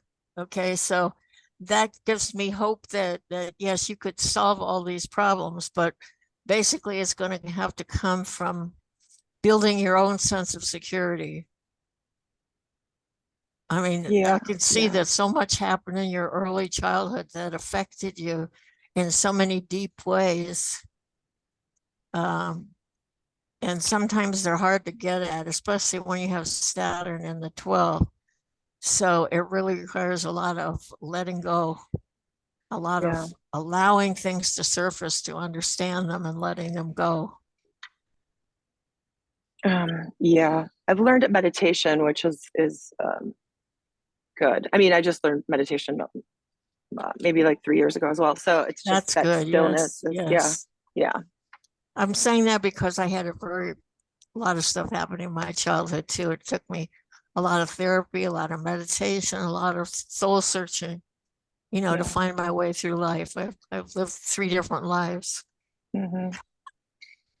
I really appreciate what you said, Cornelia. That's really helpful. It's absolutely present in the chart. Another thing that's really important with so many planets in Scorpio and Libra, I mean, the exit points are these kind of ways to release, like Mars ruled planets. Scorpio traditionally ruled by Mars is exercise, is fitness, it's an artful movement, is martial arts, but running, and the arts, singing, Libra, Mercury and Libra, doing things that are, community, being in a choir, or I don't know if it's musical theater, what it is that you'd love to do that has creativity and physically moving the body, exercising it from your anatomy. Or I don't know if those are strategies that you've used, but they certainly work for folks that have these kind of planetary placements and zodiacal signs. Yeah, exercise is one thing that comes in and out. And I trying to heal my body too with like autoimmune stuff and real bad fatigue. So it's like sometimes I'm on the bottom of that, and then sometimes I'm on the top. Obviously, I feel so much better when I'm doing that. Like I have to move my body, right, and release. Right. And the creative outlet I haven't really found. So I mean, well, I go to like music. I go to a specific band I like and dance, which is great. That's like my favorite thing in the world to do. But maybe I need to take that maybe in my house and create that as well. So Well, thank also you. with no earth, no structure, you have to import structure, like import a calendar, get the accountant, get the schedule, put it in do the, structured Virgoan thing that gives you rootedness, groundedness, walk on bare feet on the earth, have a schedule where you have a daily practice, not letting yourself go in and out, not neglecting yourself, which is oftentimes a learned helplessness. So daily self-care, especially right now, if we're looking, if we pulled in the transits of the moment, Mars, Virgo, what else? Mercury, Virgo, the Sun, Virgo, what's happening? I don't know it all off the top of my head, but and planets in retrograde, so many. It's such an invitation to good self-care, health. There's aspects with Ceres right now, how we treat the body as the house for the spirit. Hi, this is Rita. It's been very, very interesting to me to have the two of you, Michelle and Lily, talk, not only share your charts, but also talk about your emotional and your psychological childhood and upbringing and feelings now and what you're dealing with. For me, I'm a licensed married family therapist, but I'm really work with the psyche. I'm really a Jungian analyst. I can't call myself an analyst because I haven't been certified, but and I work with images and healing. And I have to say, as much as I appreciate cognitive behavior, because you always have to know what you're thinking and is it real or is it from the past? But psychodynamically, it's very, very interesting to have both your charts, both Lily and Michelle's, and to see psychodynamically what's going on with early childhood in your life and to see it reflected in the chart. Everybody, people have been giving you good suggestions. I don't work with charts, but I work with dreams and art therapy and sand triplery therapy, and I can see and help people see what's going on emotionally with themselves. So this has been very, very interesting for me to bring the chart work into what I do in my life. And talking about emotions, it's interesting, Jim. I don't know how to say that, I deal, 20 hours a week with other people's emotions sitting in the room with them. So it's kind of interesting. I'm kind of forced with my own career to deal with emotions. Right. Yeah, a couple Also, Michelle, I think that your North Node is conjunct Neptune. That's the way you need to go. It's developing everything that has to do, and it's in the 5th house of creativity. So anything that you do that's creative, that takes you into nature, for instance, because it's in Sagittarius, watching forests or watching seascapes or whatever it is can help you relax. I listen to a brook because that was one of my favorite things as a child. I went into this brook at my uncle's farm and it was so important to me. So now I listen to the sound of a brook before I go to sleep. It really helps me just kind of relax. So I would explore anything that has to do with that 5th house Neptune, because that's your direction to go in. It took me a long time to learn that because my North Node is in Aries and I acted like a Libra most of my life, a doormat, until I learned to use that Aries in the 10th house. So move towards your North Node is always an important pathway, I think. Jim, were you going to make a comment on what I was saying about? Well, it wasn't what you were saying. It was just a couple of comments about Chiron. I was looking at Chiron. Let me and tell me if I'm correct, okay? So the moon is the emotions and the mother, and that's where the wounding is. So psychodynamically, it's right there in the chart, and then that's Michelle's own experience of the wounding of the mother, the feminine. Yeah, there's emotions. Two things about Chiron. One, you've got a Chiron return coming up probably next year. But the other thing is that I take kind of a different look at Chiron than most. And personally, I think the two key things with Chiron are one, his origin story, and two, his death, if you want to call it that. His origin is one of abandonment. And so often when you see Chiron, think in terms of issues of abandonment. And here you've got it next to the sun, squaring the moon, or next to the, I'm sorry, conjunct the moon and squaring Saturn. So yeah, you've got, issues of abandonment with both parents, if not physically, emotionally. And the other is that Chiron in the end sacrificed himself for that of another. And which is kind of what you're doing with the work you do with deprived, children that have been deprived in a happy childhood. Exactly. That's why I work with children. Yeah. Now, the other thing I noticed is that Saturn is basically stationing retrograde. So you had your first exact Saturn return when you were 3 days old. And I mean exact to the second. That's bananas.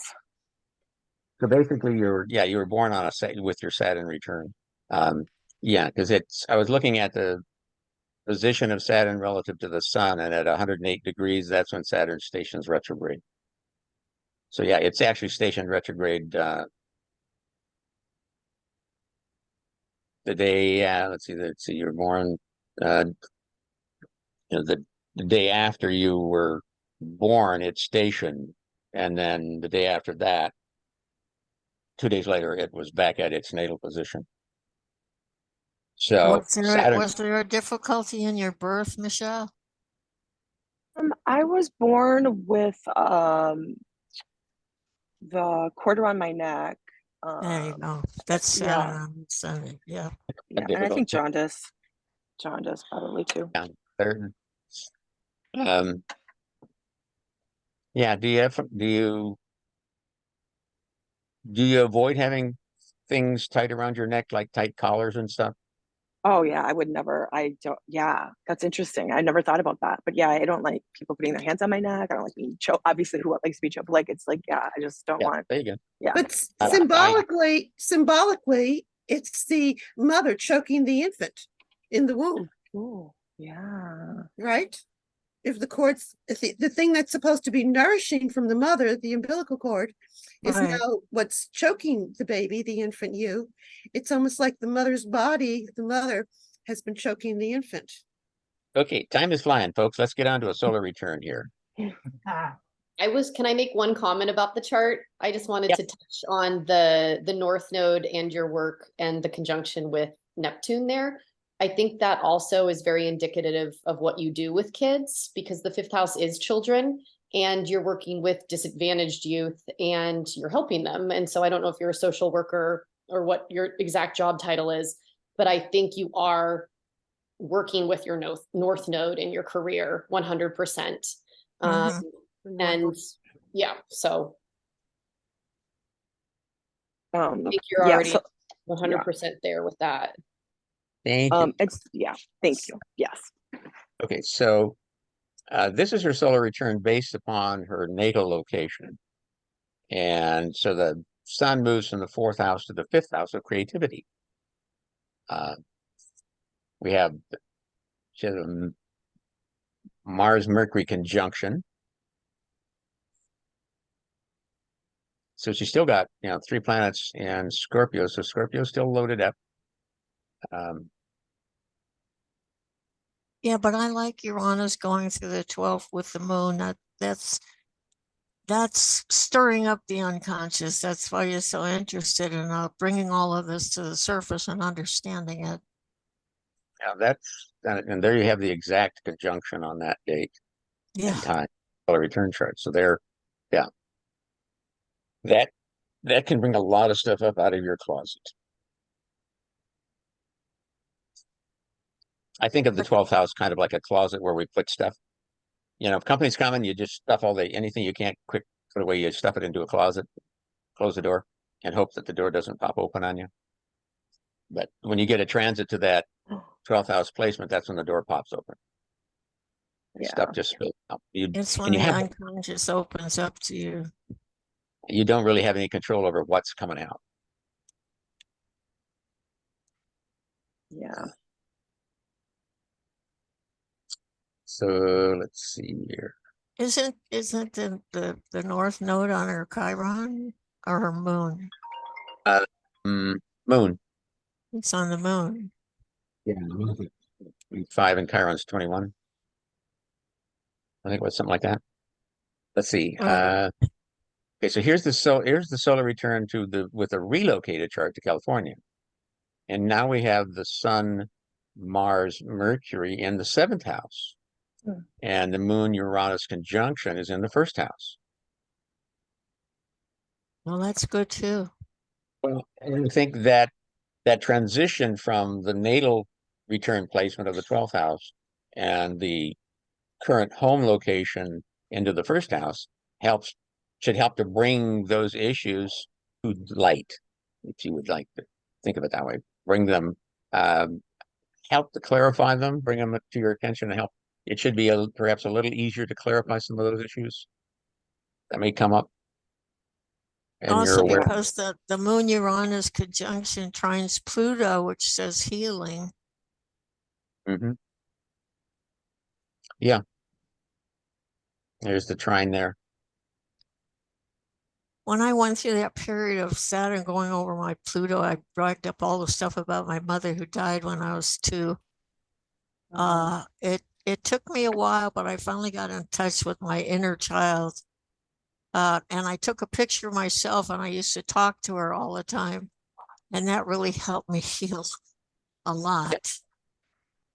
I can't tell you. So now I can talk to her. I'm here to take care of you now. Okay. Mom wasn't there, but I'm here to take care of you now. So that kind of reassurance constantly started giving me that sense of security, that my security depended on me, not somebody else. Yeah. Another thought that just came to me about Chiron is Chiron, it what was it? Wrote the book, the bridge, the Rainbow Bridge, Chiron. Basically, Chiron orbits between Saturn and Uranus, and as it turns out, Saturn is Chiron's father, and Uranus is Chiron's grandfather. So Chiron is trying to build a bridge between generations, trying to reconnect within the family, even. So if you've got, if you know about family issues, between father, grandfather, mother, grandmother, grandfather, those kind of issues, Chiron placement may serve to help, may bring some of those up and serve as a means of helping to try to putting you in the place of trying to help resolve some of those issues, or just being the one that caught, or you may just be the one caught in the middle. Yeah. Okay, I think we have okay, so then I did a relocated chart for you, Michelle. And this is your relocated chart to LA, which moves most of your 4th house stuff into your 5th. Doesn't replace the natal, but what it does is it shifts that emphasis from 4th house to here. Now you can take that same bundle of energy and focus it more on your creativity. To help support that Neptune North node in the 5th house natally. That's interesting. This is very interesting. And it also moves Saturn from the 12th house to the 2nd house, bringing it more into the open.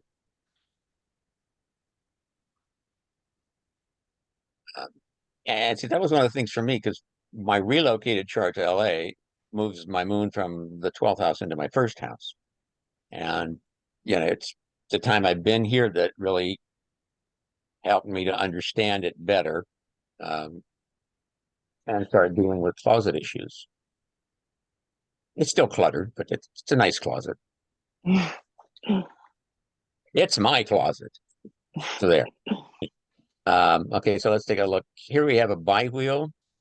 Because I was curious about whether using the natal chart or the relocated natal would tend to be more accurate for the year, or give because it's going to give a slightly different feel to it. Because like me, you were born far enough east that when you relocated here, things made significant shifts by houses. And the inner wheel is your relocated California return. And you can see how things line up. Let's see. Yeah, we got the return on the inside and you're relocated on the outside. So you can see where, yeah, so the nodes will just transit over your moon. They're probably on it right now, the north node. But this moves a lot of that emphasis into your 7th house, as opposed to the 4th or 5th. So issues with relationships, even known enemies, those things may become more important or more relevant during the coming months. One of the things I found from my own personal experience with solar returns was that if you have a major planetary aspect pattern, such as a Grand Cross or Grand Trine, those seem to carry that aspect pattern carries a lot of weight in terms of what the coming year may be like. I had a mutable Grand Cross one year, and it was like it seemed like it didn't matter how hard I tried. It was really hard to get anything actually accomplished, even though I worked a lot. It was kind of like a lot of wheels spinning, or things just weren't manifesting until the following year came along. So that's another thing to look for, is any significant aspect pattern. And I'm talking about something that's going to involve 3 or more planets, like as I say, like a Grand Trine or a Grand Cross. What's the next one look like? Here we go. Okay. So here's I did it because I was curious about this. So you have on the left-hand side, this is your California solar return based on your natal chart. And on the right is the California solar return based on your relocated natal chart. And there's no difference It's in no them. different. Return charts will look the same, which is, nice to know. One less thing you have to concern yourself with, for my Virgo brain at least. But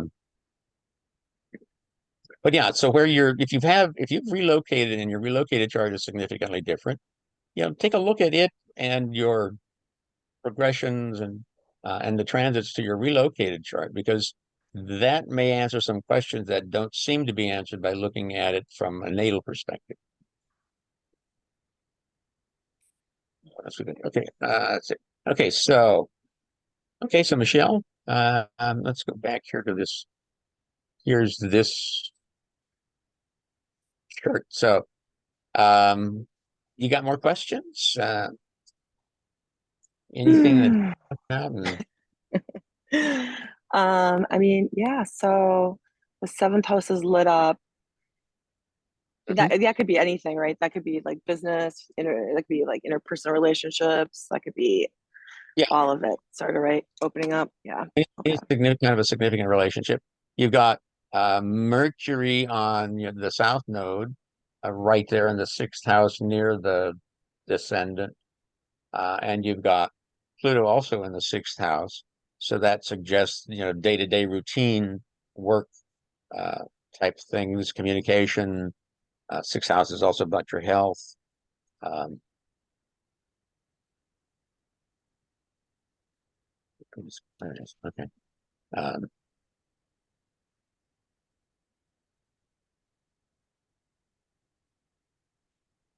So then, like, having the moon on your wait, does the natal wait, no, oh, that's better. So the outer Outer is your relocated natal. Natal. Okay, so the natal moon on the solar return ascendant, does that matter? Or is it the opposite that would matter more? I don't know that it's, I suppose it's, what I think what's more significant is the fact that it's on the transiting north node. Mm. Keep in mind that what happens when you relocate a natal chart is, again, the house placements shift. That's all. The actual planetary placements don't change in terms of zodiacal placements.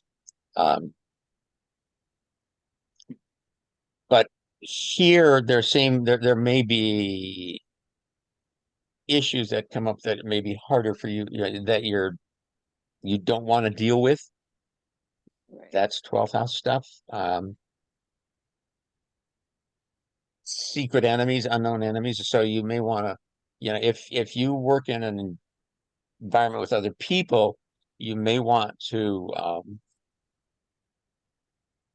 you may know who doesn't like you, but there may be people there that are somebody that's pretending to like you or seems to like you, but really doesn't. Those kind of things. It's something that you're not aware of. So you might want to, it's kind of like with when a moon wobble or you got Mars retrograde or Mars void, of course, you want to be extra careful and watch out for the other guy. So know who your friends are, know who you can trust. Yeah. Okay.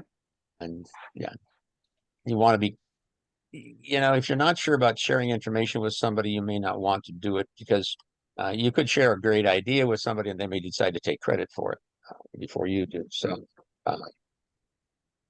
or they may try to, some personal information, they may try to use it against you. Because Chiron's right there too. And that raises that question. But because you had such a 4th house emphasis natally, this also may come from somebody, a family member. So even within the family, it's.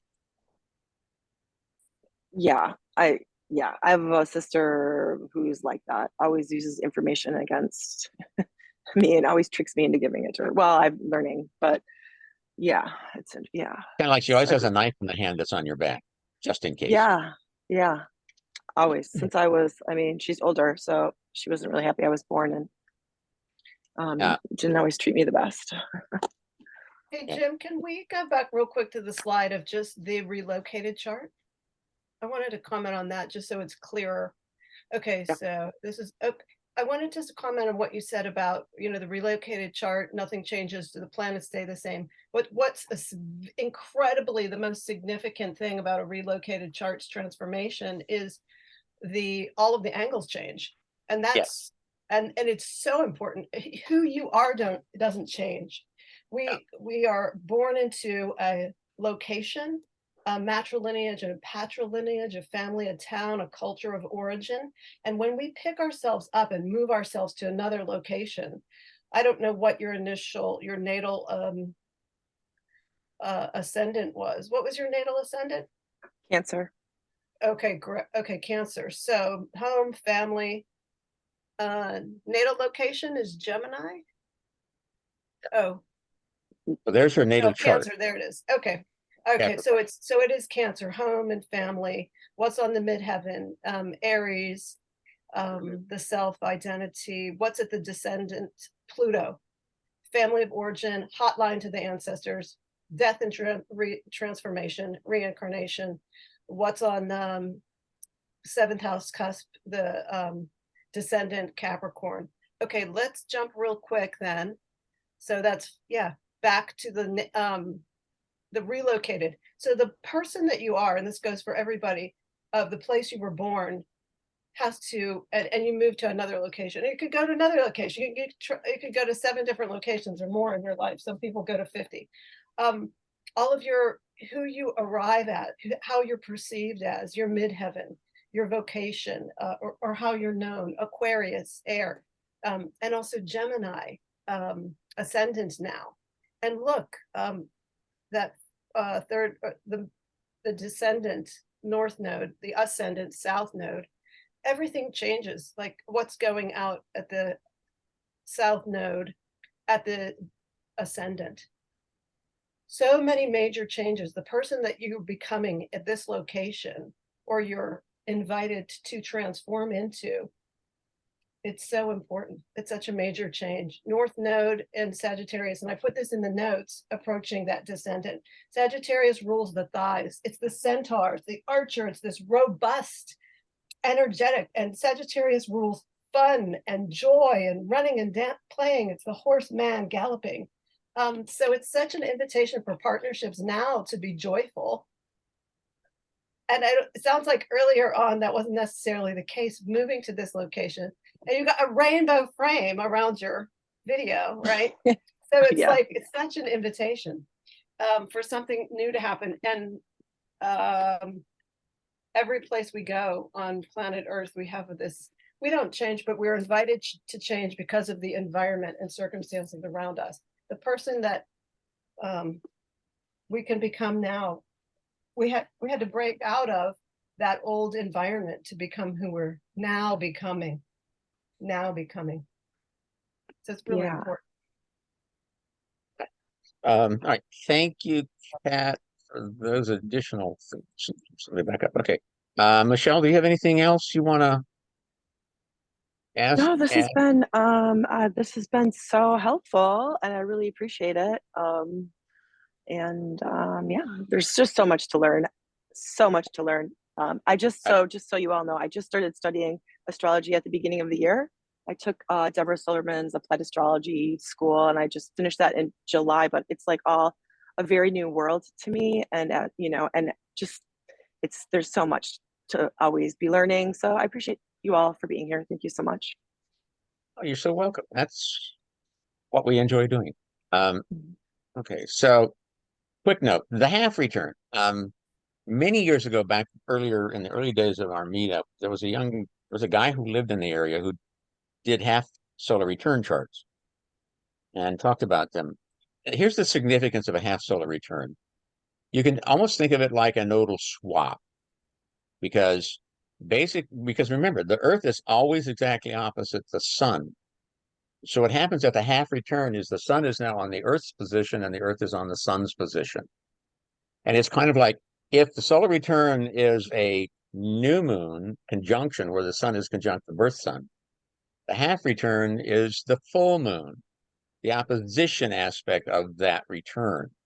So it's just kind of like a timing point, a shift point where the energy is going to shift from expansive as the sun waxes to more waning and contracting as the sun now is moving from the opposition back to the return again.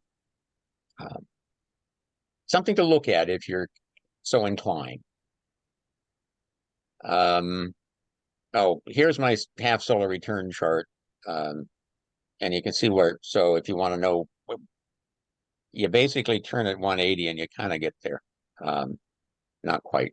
So that's what my half return looks like, with some comments. So again, the slideshow is available. I'll send it out. It will be posted. It'll be uploaded to the Facebook page. I can't upload it to Meetup anymore, but if you're not part of Facebook, if you just want me to send you a copy, send me an email and I will send you the slideshow, and I'll be sure to send you the link to the video of this as well. Discussion: solar returns when the sun returns to the same position, sets the tone for the coming year. It can begin, it's like an aspect where you have the applying and the separating. So some say that up to a month before the actual return, you may start to feel some of the effect or change that's coming, some of the whatever it may be. And then so that 1 month period or so before your birthday is kind of the transition period where you're transitioning from last year's return into this year's return.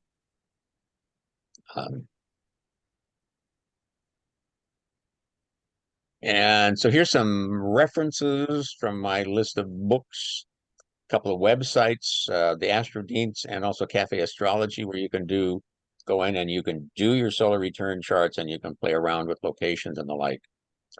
Tentative schedule. Okay, so next month we're on October 15th, third Sunday. We're going to be talking about solar arc directed arc regressions, the shadow transits. November, we're still talking about an open mic astrology. It's basically bring your questions, whatever you want to talk about, and it's just a free for all. December, we're going to do a forecast for 24. Again, the link for the video will get sent out when I get it available, and the PDF will be uploaded to Facebook. And again, you can just email me, Jimmy_Eddie@hotmail, and I'll send it to you. There's Spencer's information, my information, and there's some additional slides to follow. This is the chart for the moment when the first plane hit the North Tower, which basically started the terrorist attack on 9/11. This then is the solar return chart, because tomorrow being the 22nd anniversary of it. And then here is the bi-wheel showing the return on the inside and the natal on the outside. Did I put any more? And then, here's the tri-wheel, which puts the USA chart on the inside. The 9/11 event in the middle, and the solar return on the outside. One thing that was notable when the plane hit the North Tower was that Mars was both out of bounds and conjunct the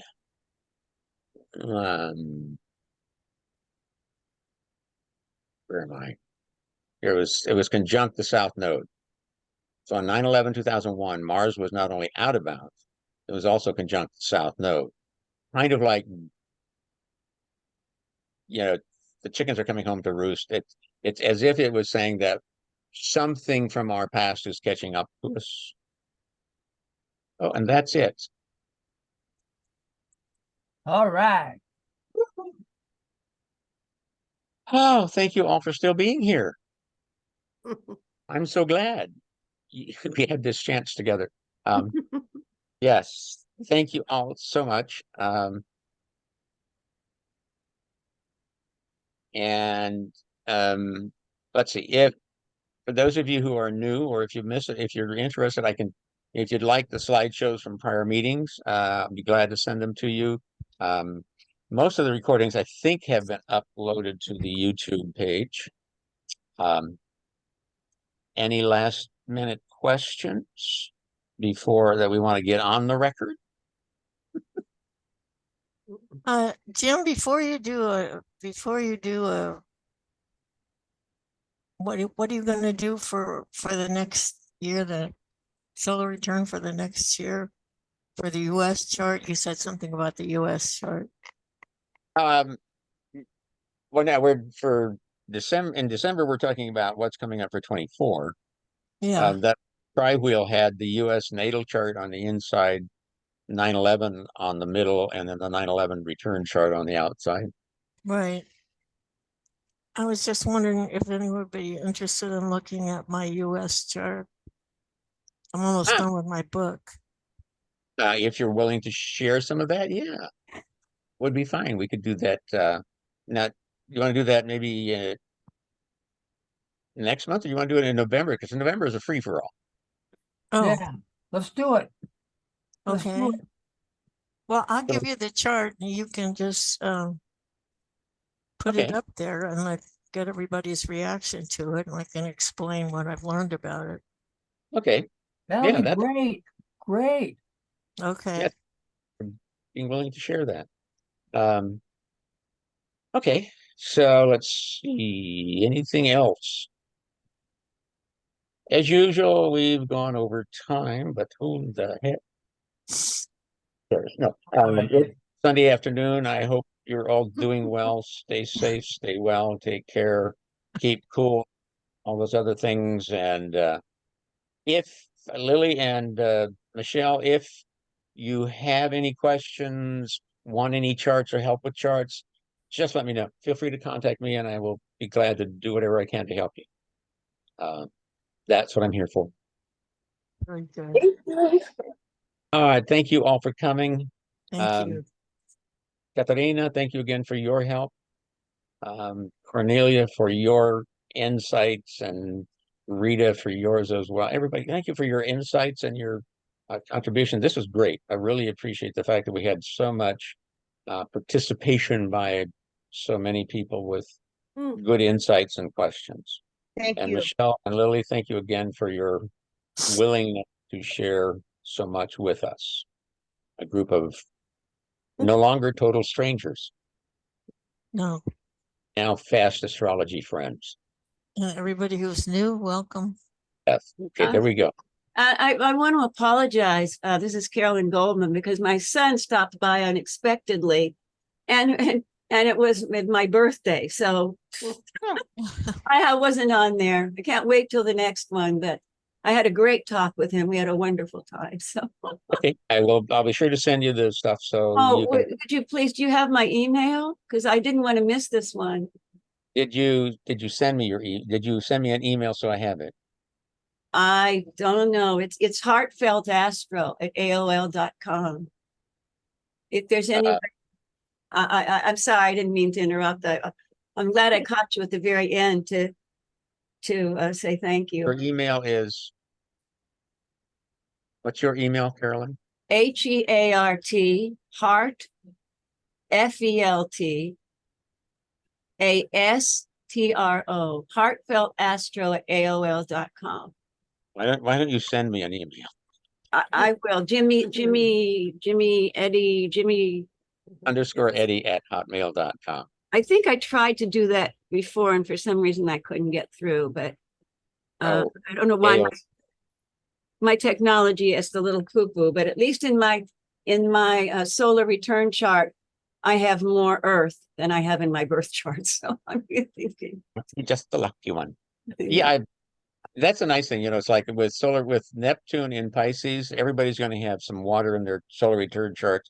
We've had it for a few years, and we're going to have it for a few more before that moves on. So, all right, everybody. Well, thank you again. Thank you. Take care. Stay well. See you on October 15th. If you've got any suggestions, recommendations, questions that you want addressed, please feel free to let me or Spencer know, and we will put them on the list of things to do next month. Angie, thank you for coming. Great to have new people with us, and especially when we get some new professionals to add their mix to things. So That's great. And it was very generous of Lily and keep getting her name, Michelle, to share their Yes. personal stories. It's very personal. Yeah. And Jim, sometimes you make me smile because you keep talking about having no